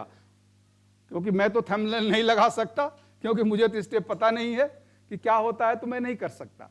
तो पावलोव ने कहा कि कोई भी कार्य करने के लिए आपको एक निश्चित क्रम यानी एक निश्चित रास्ता तय करना होगा और निश्चित रास्ता तय करने के बाद कार्य करना होगा। दो चीजें इसमें है, दो कंडीशन है। एक आपको चलना है यानी उतना वो क्रम वो सीक्वेंस का पालन करना है और फिर वो कार्य करना है और कैसे करना है उस प्रकार जब आप करेंगे तभी आप सफल होगे। जैसे उन्होंने एग्जाम्पल में कहा कि ये कबूतर है, कबूतर को अपना हेड एक सर्टेन ऊंचाई तक सर्टेन हाइट तक उठाना पड़ेगा। अगर उससे नीचे रह गया या उससे ऊपर चला गया तो नहीं होगा, सर्टेन हाइट तक उठाना पड़ेगा और एक पार्टिकुलर पॉइंट पर उसे पिक करना होगा यानी चोंच मारना होगा। एक पार्टिकुलर पॉइंट पर जब वो चोंच मारेगा पिक करेगा तभी फूड बाहर आएगा। एक बार दो बार चार बार असफल होगा, गलत होगा, उसको डायरेक्शन दिया जाएगा। यानी ऐसा नहीं पिग है तो क्यों बैठी रहेगी, तो उड़ जाएगा, लेकिन ऐसा उन्होंने बनाया कि इधर उधर एक पिंजरा लगा दिया कि उसका चोंच सीधा जाए और फिर यहां तक आ गया तो ऊपर भी उन्होंने ऑब्स्ट्रक्शन कर दिया कि अब वो ऐसा जाए, पहले गर्दन ऊंची जाए फिर वो गर्दन आगे करे। तो इसीलिए सीखने में भी कुछ अवस्थाएं ऐसी होती हैं जो आपको अट्रैक्ट करती हैं, कुछ अवस्थाएं ऐसी होती हैं जो आपको डिस्ट्रैक्ट करती यानी प्रतिकर्षित करती हैं। तो जो अवस्थाएं या जो प्रक्रिया या जो संदेश आपको अट्रैक्ट करता है उसे हम कहते हैं एक्सेप्टेंस कंडीशन या एक्सेप्टेंस। सीखने की प्रक्रिया में जो कुछ आपको आकर्षित करता है उसे एक्सेप्टेंस कंडीशन कहते हैं। एक्सेप्टेंस यानी स्वीकृत है, आप उसे आपको अच्छा लगता है वो करना। एक्सेप्टेंस कंडीशन सीखने की प्रक्रिया में कुछ ऐसी परिस्थितियां जो रुचिकर लगती हैं, जो आपको इंटरेस्टेड लगती हैं, अब सबका इंटरेस्ट अलग अलग होता है, उसे हम एक्सेप्टेंस कहते हैं। लेकिन कुछ आपको रुचिकर नहीं लगेगा, आपका इंटरेस्ट भी नहीं होगा, मन भी नहीं लगेगा, करना पड़ेगा तो जबरदस्ती करेंगे, यानी उसे हम कहते हैं अवॉइडेंस।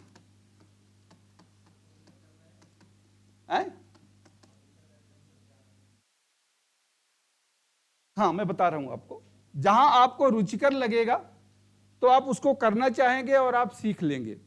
तो इसी तरह से यहां भी पहले तो इसे अवॉइडेंस है, ये तो जानवरों के ऊपर इन्होंने एक्सपेरिमेंट किया था, लेकिन 2 बार 4 बार 10 बार करने के बाद अब उसे अच्छा लगेगा।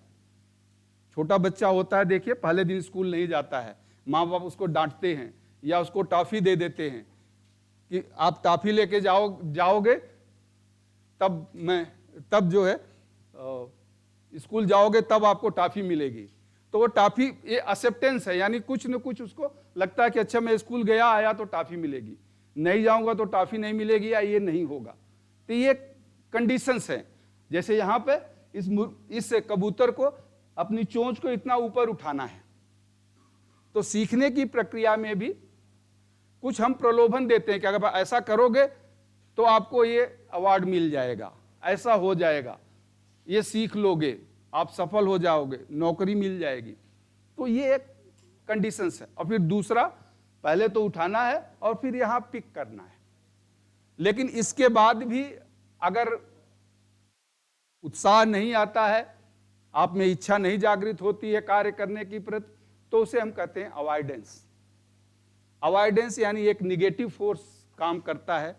ये सभी में होता है कि जैसे आप यहाँ एग्जाम एडमिशन तो ले लिए, लेकिन अब पढ़ने में मन नहीं लग रहा है, इच्छा भी नहीं हो रही है, सुनने का मन भी नहीं है, तो हो सकता है आप बीच से छोड़ के चले जाएं।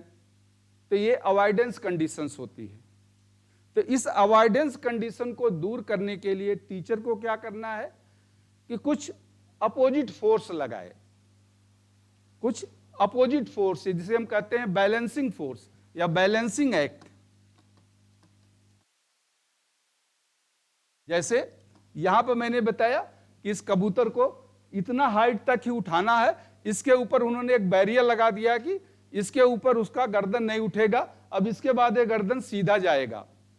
तो उसी तरह से क्लास में भी जिन बच्चों के अंदर इच्छा नहीं जागृत हो रही है, तो उनका कारण क्या है, इच्छा क्यों नहीं जागृत हो रही है, और उस कारण का निवारण करो। कि भाई 6 महीने पढ़ लिए हो, 6 महीने और पढ़ लो, एक सर्टिफिकेट मिल जाएगी, भविष्य में कौन जानता है तुम्हें कोई अवसर मिल जाए, कहीं अच्छे इंस्ट्रक्टर्स बन जाओ। होते हैं बहुत से बच्चे हैं जो यहाँ से करके गए हैं, आज इंस्ट्रक्टर्स हैं। 2007 में एक बच्चा था, मुझे आज भी याद है, यूपी का ही था, आज जो इंस्ट्रक्टर्स है उसका कभी कभी आता है, फोन भी आता है। वो बीच में ही छोड़ के भाग रहा था, परेशान भी था, ठीक है, कुछ फाइनेंशियल प्रॉब्लम भी उसकी थी। तो मैंने बोला अरे इतने महीने हो गए यार, चलो मेस में मैंने बोला यार थोड़ा इसकी हेल्प कर दो, चलो किसी तरह से, ठीक है, जो भी किया हेल्प हुआ नहीं वो अलग बात है, उसको छोड़ दो आप। तो मैंने उसको फिर कहा कि नहीं यार तुम अब 6 महीने हो गए, तुम्हारे 6 महीने बचे हैं। तभी ये CITS शुरू हुआ था 2007 में, मतलब यहाँ पे 2007 में पहला CITS कोर्स यहाँ शुरू हुआ था। तो फिर उसको मैंने काफ़ी वो किया, काफ़ी उसको किया। हॉस्टल में रहता था, शाम को मैं जाता था हॉस्टल में, उसको मैं 3 महीने तक छुट्टी नहीं जाने दिया। मैं सोचा अगर छुट्टी घर गया तो फिर वापस नहीं आएगा और वो भी आजमगढ़ यूपी का रहने वाला था, तो ये घर गया तो फिर वापस। और उस समय बात भी करना, मोबाइल भी नहीं होते थे, बात भी करना, बोला पिताजी बीमार है, बोला कोई भी बीमार होने दो, तुम जाओगे नहीं यहाँ से। और यहाँ गेट पे भी बोल दिया कि इसको जो है बाहर घूमने मत जाने देना तो 3 महीने उसके ऊपर मतलब स्पेशल वॉच रखा उसको। कभी कभी घर पे मैं अंदर ही रहता था, ये जिसमें चौरसिया जी रहते हैं उसी में मेरा होता, तो मैं उसको घर पे भी बुलाता था कि तुम घर पाओ मेरे, समझाया उसको, बहुत समझाया। आज वो गवर्नमेंट ITI में टीचर। ऐसे एक गर्ल्स थी, पहले गर्ल्स ऊपर आ करती थी, जो नीचे हमारे क्वार्टर है ना, जैसे चौरसिया जी रहते हैं बगल में, उसके ऊपर जो क्वार्टर थे उसमें गर्ल्स बहुत कम थी, 5, 7, 10 हुआ करती थी, फिर 15 हो गई। तो ऊपर के जो 2 टाइप 4 क्वार्टर्स थे उसमें हमने गर्ल्स को रखे थे। तो एक गर्ल्स थी, चमोली की या कहाँ की थी, अब उसको बुखार हो गया, मेस में खाना नहीं खा पा रही थी। अब बोले सर मैं तो छोड़ के चली जाऊंगी, अब मुझे बुखार हो गया, अब मुझे नहीं रहना है यहाँ पे, खाना भी मुझे अच्छा नहीं लगता है। तो फिर मैं फैमिली के साथ तो था ही, फिर मैंने मिसेज को भेजा कि उसको समझाओ कि 4 महीने उसके हो गए, अब छोड़ के क्यों जा रही। तो बोले आंटी मैं खाना ही नहीं खाऊंगी बोला ठीक है तुम मेरे घर पर खाना खा लेना 2-4 दिन, लेकिन तुम छोड़ के मत जाओ। फिर उसको कोई पेरेंट्स आए थे, फिर मैंने उनको समझाया, फिर रहे, फिर धीरे धीरे आजकल वो यही डील में सर्विस करती है, डील में अभी वो सर्विस करती है। उसने अप्रेंटिस भी डील में किया, इसके बाद डील में सर उसको जॉब भी लग गया, शादी उसकी हो गई। अभी तो जब कार्ड उड़ लेके आई थी घर, हैं डील यहीं पर है ना, अरे डील पे है ना, गवर्नमेंट डिफेंस की कंपनी है ना, सेंट्रल गवर्नमेंट रायपुर में बहुत बड़ी कंपनी है, सेंट्रल गवर्नमेंट की डिफेंस का कुछ वहाँ पे वो बनता है, शायद रडार सिस्टम है या क्या, इलेक्ट्रॉनिक का कुछ कंपोनेंट्स बनते हैं। Defence electronic laboratory testing system कुछ कैसे करके है, एग्जैक्टली शायद यही है डिफेंस इलेक्ट्रॉनिक लेबोरेटरी टेस्टिंग करके है डील, या लेबोरेटरी टेस्टिंग सिस्टम कुछ है उसका नाम। तो यहाँ अप्रेंटिस वालों को भी रखते हैं। तो इसलिए एक जैसा मैं आपको बता रहा था कि टीचर का कर्तव्य होता है कि जहाँ रिपेलिंग जो अवॉइडिंग फोर्स है उसको बैलेंस करे, यानी जब बच्चे को इंटरेस्ट नहीं है तो क्यों नहीं है, ठीक है, जो एडामेंट होगा छोड़ के भागना ही चाहेगा तो उसको आप नहीं रोक सकते हो, लेकिन अगर कुछ उसके इंटरेस्ट में कमी क्यों आ रही है, क्या कारण है, उसमें कुछ, इसलिए एक इंटरेस्ट आप क्रिएट करें कि वो छोड़ के ना भागे, कम से कम एग्जाम दो भाई। तो एक तरह का जो इंटरेस्ट क्रिएट करना होता है कि कोई हम अपोजिट फोर्स लगाएं कि जो अवॉइडेंस का नेचर है, उस अवॉइडेंस यानी पलायनवादी जो प्रवृत्ति है उसको कम से कम कुछ बैलेंस करे, कुछ उसमें इंटरेस्ट आप क्रिएट करें कुछ जितना हो सके। टीचर का भी एक अपना होता है, ठीक है, जहां तक आप हेल्प कर सकते हैं करिए, तो वो करके उसको बैलेंस करें। तो ये इस थियरी को कहते हैं स्किनर ऑपरेंट थियरी। स्किनर ने कहा था कि एक इसमें 2 चीजें देखी है, यानी कंडीशन है, 2 चीजें, यानी पहला कंडीशन और दूसरा एक्शन, यानी कंडीशन के साथ एक्शन। कंडीशन है कि वहां तक उठाना है और फिर कार्य करना है, तभी सफलता मिलेगी। आप कंट्रोल्ड एक्शन भी कह सकते हैं, आप एक कंट्रोल्ड एक्शन करना है इसको। तो इसीलिए कार्य यानी जब शिक्षण कार्य भी एक कंट्रोल्ड एक्शन है, आपको हर 2 महीने 3 महीने का देखिए एक मॉड्यूल है, शेड्यूल्ड है, उतने में उसे पूरा करना है। टीचर तो अपना काम कर देगा, पढ़ा देगा, बट क्या आप उसके साथ हैं? You are having the pace है या नहीं, वो आपके ऊपर डिपेंड करता है। चलिए अगला क्या है? Conditional reflex theory.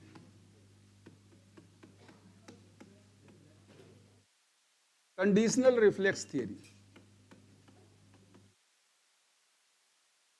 Conditional reflex theory, ये भी एक तरह का जैसे कहते हैं अनिच्छा की कुछ क्रियाएं होती हैं जो स्वतः होती हैं, लेकिन उन्हें कंट्रोल करके आप अपने उपयोग के लिए यूज सीखने में उपयोग कर सकते हैं। इसके लिए भी वही जो एक रशियन साइंटिस्ट जो जिसका मैंने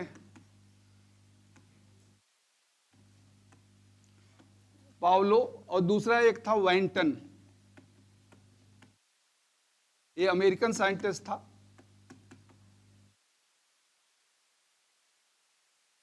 और ये रशियन साइंटिस्ट थे। इन्होंने एक एक्सपेरिमेंट किया। अच्छा, दोनों 2 जगह एक्सपेरिमेंट किए, बाद में इनका थेसिस जो है पब्लिश हुआ, इसलिए दोनों का नाम आता है इसमें। उन्होंने ये पब्लिक किया कि जैसे एक कुत्ता था, कुत्ते को उन्होंने भोजन रखा। जब भोजन रखते थे तो घंटी बजाते थे, जब भोजन रखते थे तो घंटी बजाते थे, आवाज होती थी। तो जैसे ही भोजन रखा आवाज हुआ, जैसे ही देखिए भोजन देख के मुंह में सलाइवा आता है, लार आ जाती है, तो भोजन देखते ही लार आएगी। तो जैसे ही भोजन रखते थे घंटी बजाते थे तो उस कुत्ते के मुंह में सलाइवा आता था। 2 दिन 4 दिन 1 हफ्ते उन्होंने किया कि भोजन रखा और घंटी बजाया।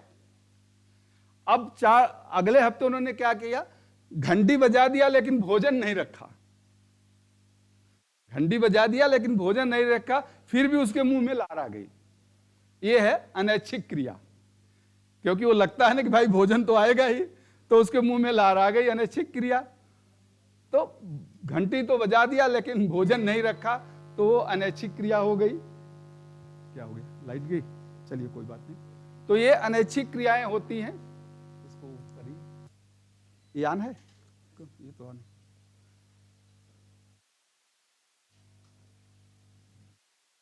तो इसी तरह सीखने में भी कभी कभी ऐसा होता है कि हम वस्तु को नहीं रखते लेकिन उसकी परिकल्पना करते हैं कि ये ऐसा होगा। जरूरी नहीं कि सीखने में सब कुछ आपके सामने ही दिखाई दे, उसकी परिकल्पना करके आप वास्तविकता का एक बोध करते हैं कि हाँ ये ऐसा होता है, ऐसा हो सकता है।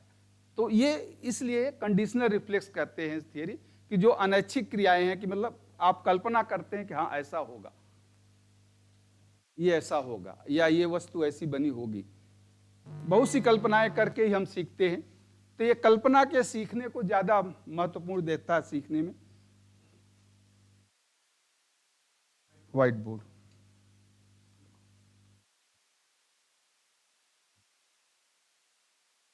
यहां से ना,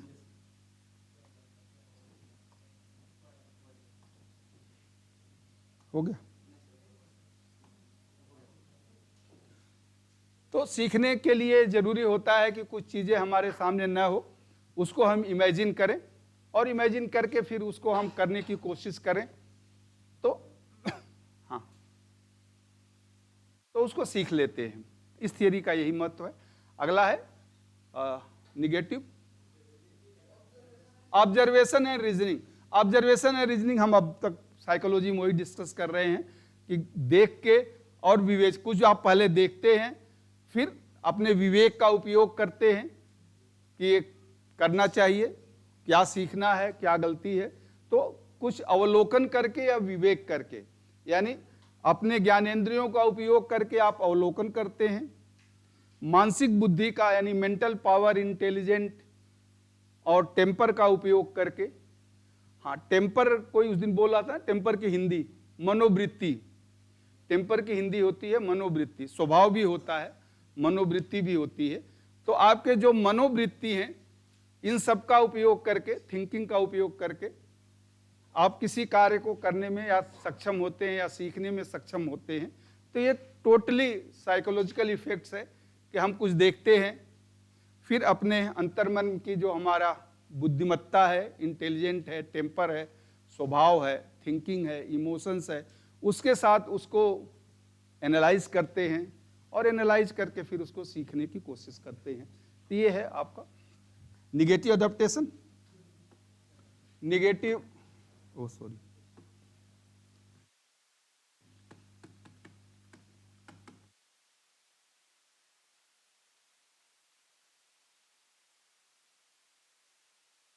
निगेटिव अडेप्टेशन ये दृष्टिकोण बनने का है, यानी आपका कैसा दृष्टिकोण बनता है, नकारात्मक या सकारात्मक।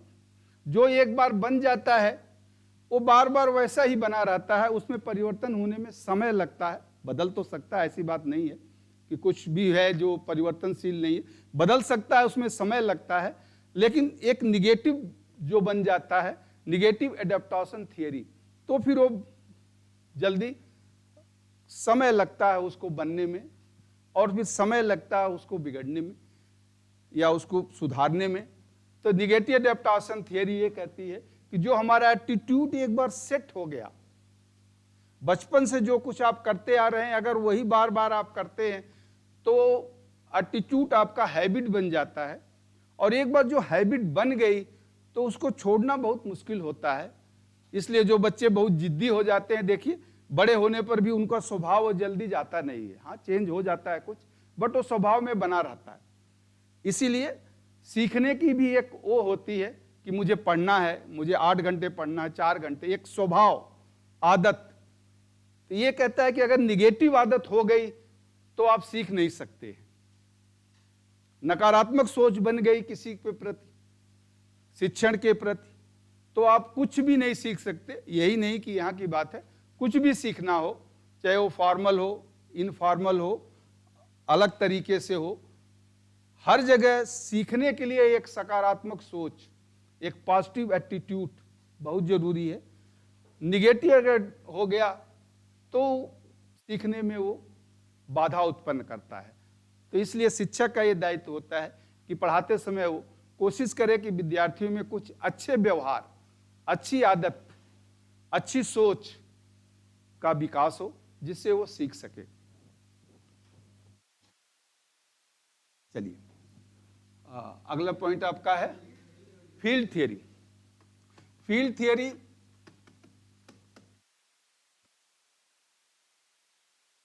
कहती है कि ये organisation and reorganisation of behaviour, organisation and reorganisation of behaviour.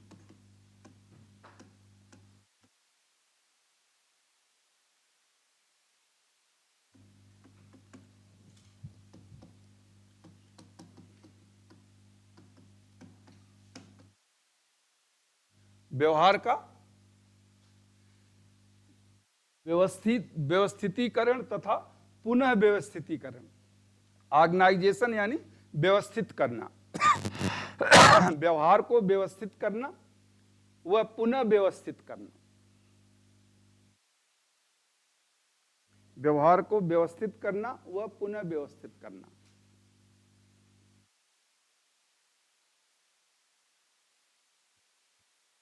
व्यवहार को व्यवस्थित करना, वह पुनः व्यवस्थित करना। Organisation and reorganisation of behaviour, organisation and reorganisation of behaviour. व्यवहार को व्यवस्थित करना, वह पुनः व्यवस्थित करना। ठीक है। इसमें साइकोलॉजिस्ट ने एक एक्सपेरिमेंट किया था। सपोज एक तार होता है, एक पतला सा तार, उस पर एक मकड़ी को बैठा दिया और फिर उसके पीछे एक तेज आवाज करते हैं। तेज आवाज करते हैं तो मकड़ी गिर जाती है, फिर उसको बैठाते हैं, फिर तेज आवाज करते हैं, फिर गिर जाती है। यानी 2-4 बार वो गिरने के बाद जब उसको सेम 4 बार, 5 बार, 6 बार इसको रिपीट करते हैं, उसको बैठाते हैं और आवाज करते हैं, गिर जाती है। देखते हैं कि 5, 6, 7 बार के बाद अब उसको बैठाया है और आवाज करते हैं तो गिरती नहीं है, मतलब वो आवाज से अभ्यस्त हो गई, रीऑर्गेनाइजेशन ऑफ बिहेवियर। तो अब वो आवाज से अभ्यस्त हो गई, अब वो उस आवाज से सुन के गिरती नहीं है। तो उसका अब इसमें यही होता है कि पहले पहले कुछ सीखना बहुत कठिन लगता है, आप असफल हो जाते हैं, फेल हो जाते हैं, लगता है आपको बहुत कठिन है, यार मैं नहीं कर पाऊंगा। लेकिन धीरे धीरे धीरे धीरे जब आप करते जाते हैं तो अब आपको आसान लगता है और करने में सफल हो जाते हैं।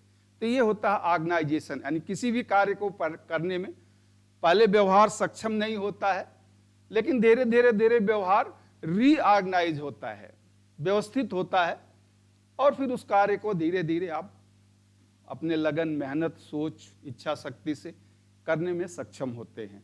तो ये सीखने की एक फील्ड थियरी है। चलिए, ज़्यादा हो गया बहुत टाइम, अभी 10 मिनट है। ये तो मुझे ही नहीं पता है भाई इसमें साइकोलॉजिस्ट का नाम नहीं, बस साइकोलॉजिस्ट ने ये प्रयोग किया, ऐसे ही है। आप देखिएगा गूगल में सर्च करके किसने बनाया था, तो ये मुझे भी नहीं पता है इसका नाम। चलिए, अब इसका अगला हम शुरू करते हैं, इंडिविजुअल डिफरेंसेस ऑफ लर्नर।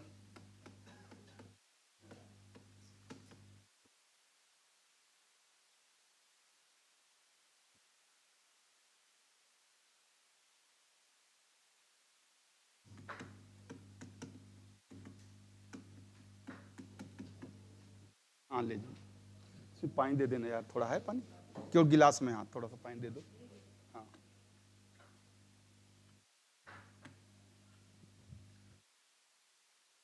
विद्यार्थियों के या प्रशिक्षणार्थियों के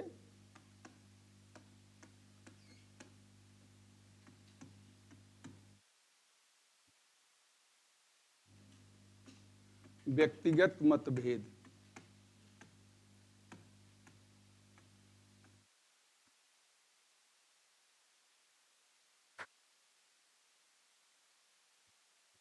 नहीं नहीं, चाय नहीं, बस केवल पानी, कुछ नहीं ईश्वर सिंह साहब कहाँ बैठे हैं, गए, चले गए?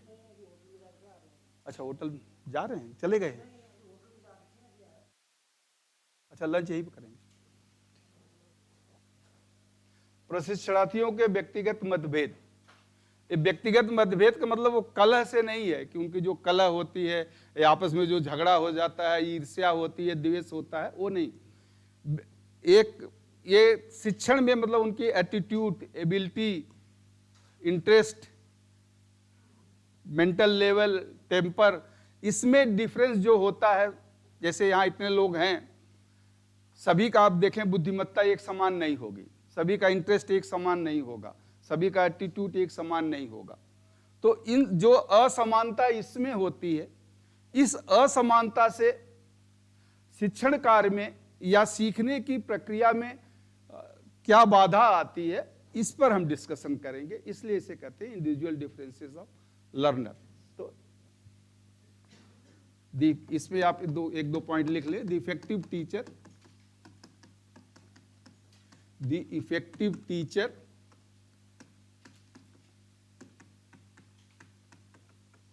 should not only know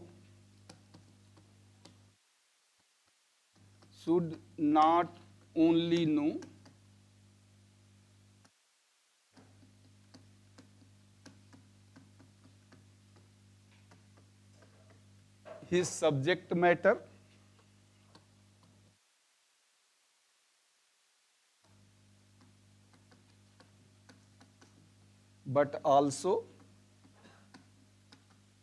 but also the characteristics of learner.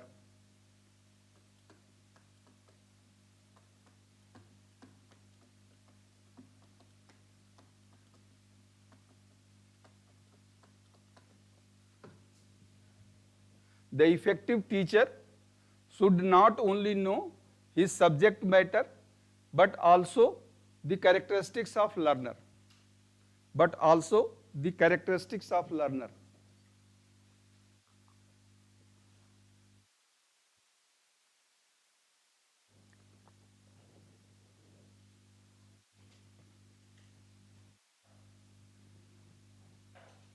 but also the characteristics of learner.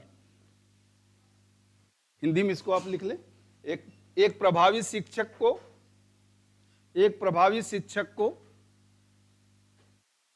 एक प्रभावी शिक्षक को केवल अपने विषय वस्तु का ज्ञान, एक प्रभावी शिक्षक को केवल अपने विषय वस्तु का ज्ञान ही नहीं होना चाहिए, एक प्रभावी शिक्षक को केवल अपने विषय वस्तु का ज्ञान ही नहीं होना चाहिए, बल्कि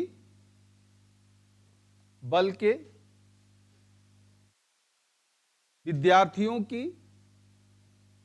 विशेषताओं का भी, बल्कि विद्यार्थियों की विशेषताओं का भी ज्ञान हो, बल्कि विद्यार्थियों की विशेषताओं का भी ज्ञान हो।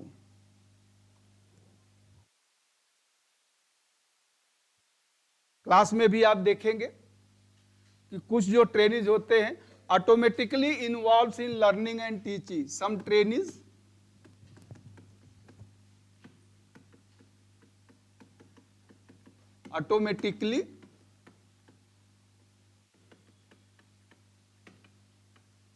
automatically involved in learning,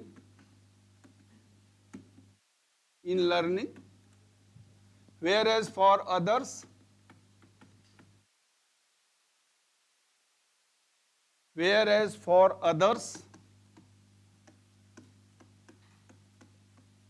teacher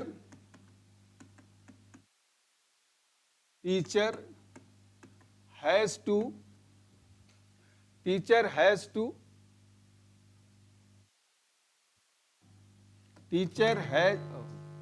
whereas for हो गया था यहां तक, teacher has to create the interest for learning. चलो मैं फिर शुरू से बोल देता हूं, शुरू कहा था the teaching, some trainees are automatically involved in the learning, whereas for others teacher has to create their interest in learning, teacher has to create their interest in the learning.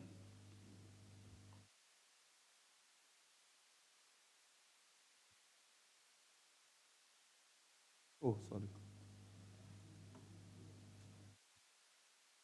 हो गया, teacher has to create their interest in the learning, हो गया, नहीं लिख दूं तो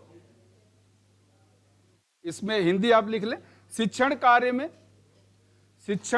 में कुछ विद्यार्थी स्वतः ही सम्मिलित हो जाते हैं, शिक्षण कार्य में कुछ विद्यार्थी स्वतः ही सम्मिलित हो जाते हैं, जबकि अन्य विद्यार्थियों के लिए, शिक्षण कार्य में कुछ विद्यार्थी स्वतः ही सम्मिलित हो जाते हैं, जबकि अन्य के लिए शिक्षक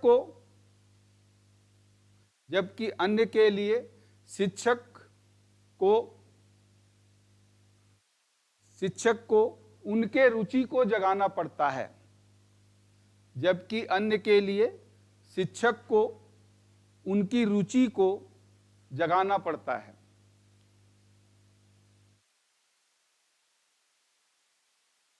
ठीक है, तो जितने भी ट्रेनीज हैं सब में all the trainees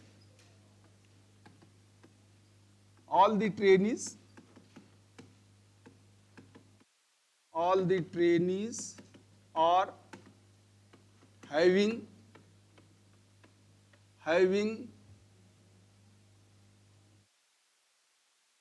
all the trainees are having specific profile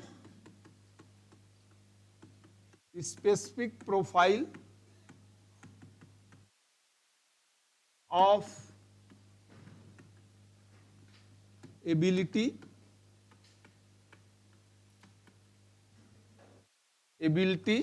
character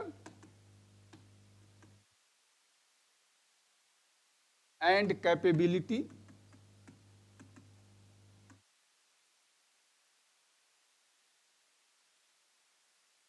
all the trainees are having a specific profile of ability, character and capability which makes the difference which makes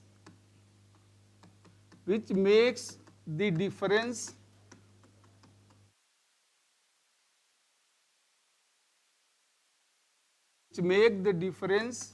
in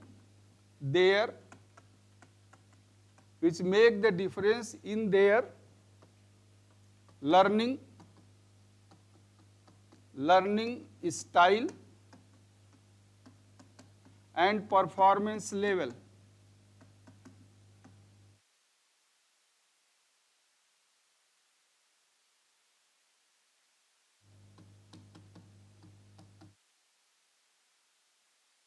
All the trainees are having a specific profile of ability.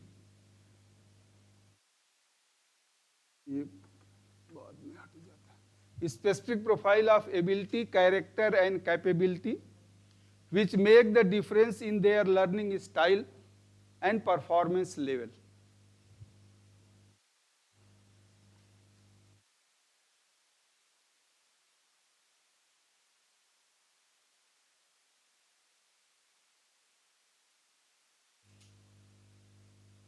And learning style and performance level हो गया.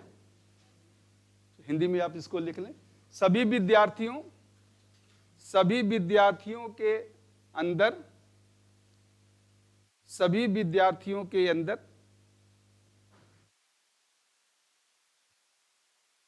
योग्यता, सभी विद्यार्थियों के अंदर योग्यता, क्षमता तथा चरित्र का एक विशिष्ट स्वरूप, स्पेसिफिक प्रोफाइल, तथा चरित्र का एक विशिष्ट स्वरूप,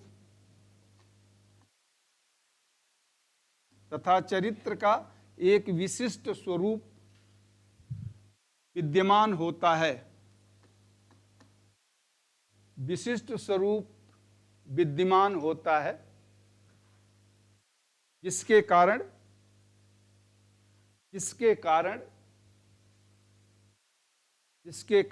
उनके सीखने की शैली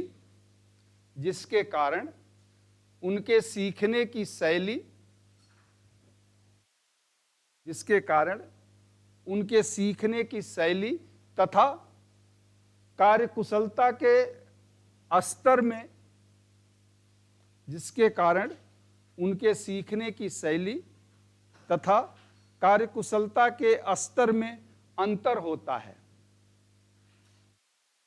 कार्यकुशलता के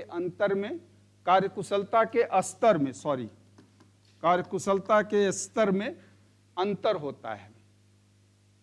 यहाँ जितने भी आप बैठे हैं सबका एक स्पेशल योग्यता होगी, सबका एक चरित्र होगा, सबकी एक कैरेक्टरिस्टिक्स होती है. इसलिए सबका सीखने की जो स्टाइल होती है अलग होती है और कार्यकुशलता का स्तर भी अलग होता है.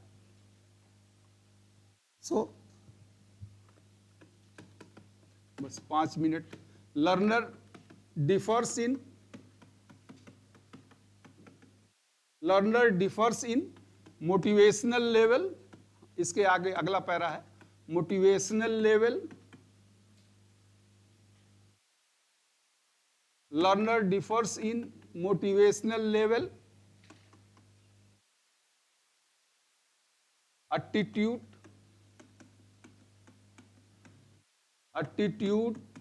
towards learning, attitudes towards learning motivational level, मोटी होगा, गलत हो गया, जल्दी जल्दी में ये गड़बड़ हो जाता है। Motivational level, the learner differs in कर दीजिए, हाँ, लर्नर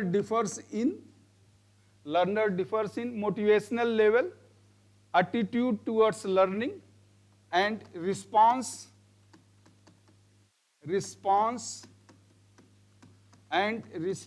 टू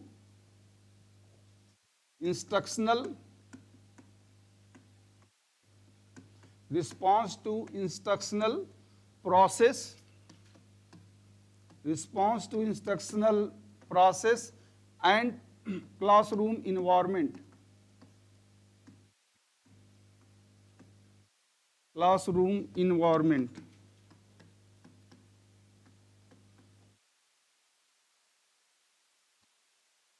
खत्म करेंगे, बस यही खत्म करते हैं। Learner differs in motivational level, attitude towards learning, response to instructional process and classroom environments.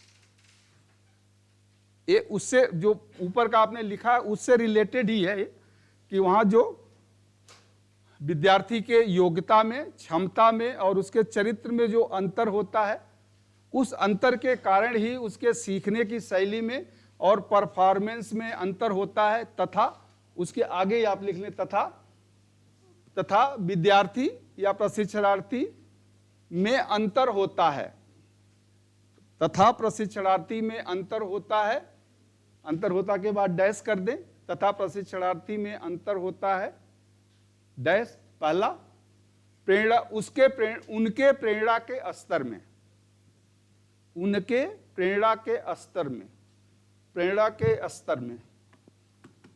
उनके प्रेरणा के स्तर में।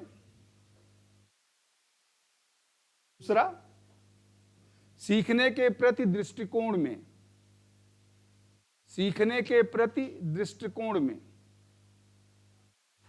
सीखने के प्रति दृष्टिकोण में।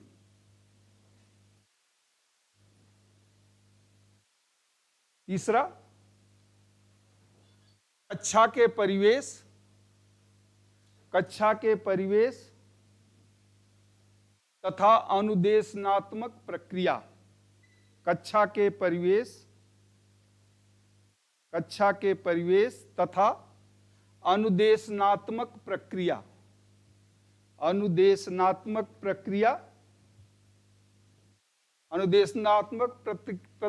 प्रक्रिया के प्रति, अनुदेशनात्मक प्रक्रिया के प्रति झुकाव में, अनुदेशनात्मक प्रक्रिया के प्रति लगाव, नहीं तो लिख लें झुकाव या लगाव, अनुदेशात्मक प्रक्रिया के प्रति लगाव में। तो उससे उसमें जो अंतर होता है, यानी एक रिएक्शन का मतलब क्या उनका लगाव है, अच्छे से वो पढ़ेंगे या नहीं पढ़ेंगे, तो उस पर डिपेंड करता है। ठीक है, अब आज तो मैं सोच रहा था ये खत्म हो जाएगा इंडिविजुअल डिफरेंसेस, सोच के आया था कि यहाँ तक, बट आज नहीं हो पाया। अगले हफ्ते हम कोशिश करेंगे, 5 दिन छुट्टी तो नहीं कोई है, छुट्टी नहीं है तो 5 दिन में बस सेकंड यूनिट का 2 चीज है, एक ट्रांजैक्शनल एनालिसिस, एक मोटिवेशन, तो 5 दिन में हम, और प्लस इसका जो थोड़ा 1 दिन का है वो खत्म करेंगे। और तीसरा यूनिट के बजाय हम चौथे यूनिट में आएंगे। अब लेसन प्लान, डिमॉन्स्ट्रेशन प्लान उसमें है, जिससे आप थोड़ा प्रैक्टिस भी करते रहो। मैं लेसन प्लान और डिमॉन्स्ट्रेशन प्लान बता दूंगा, और फिर इसके बाद हम 1.5 घंटे में 15 मिनट आपको समय देंगे कि आप प्रैक्टिस भी करते रहो कि लेसन प्लान और डिमॉन्स्ट्रेशन प्लान कैसे बनाते हैं और फिर कैसे क्लास में पढ़ाते हैं, जो आपका मेन काम है। ठीक है, प्लीज़, ओके, थैंक यू।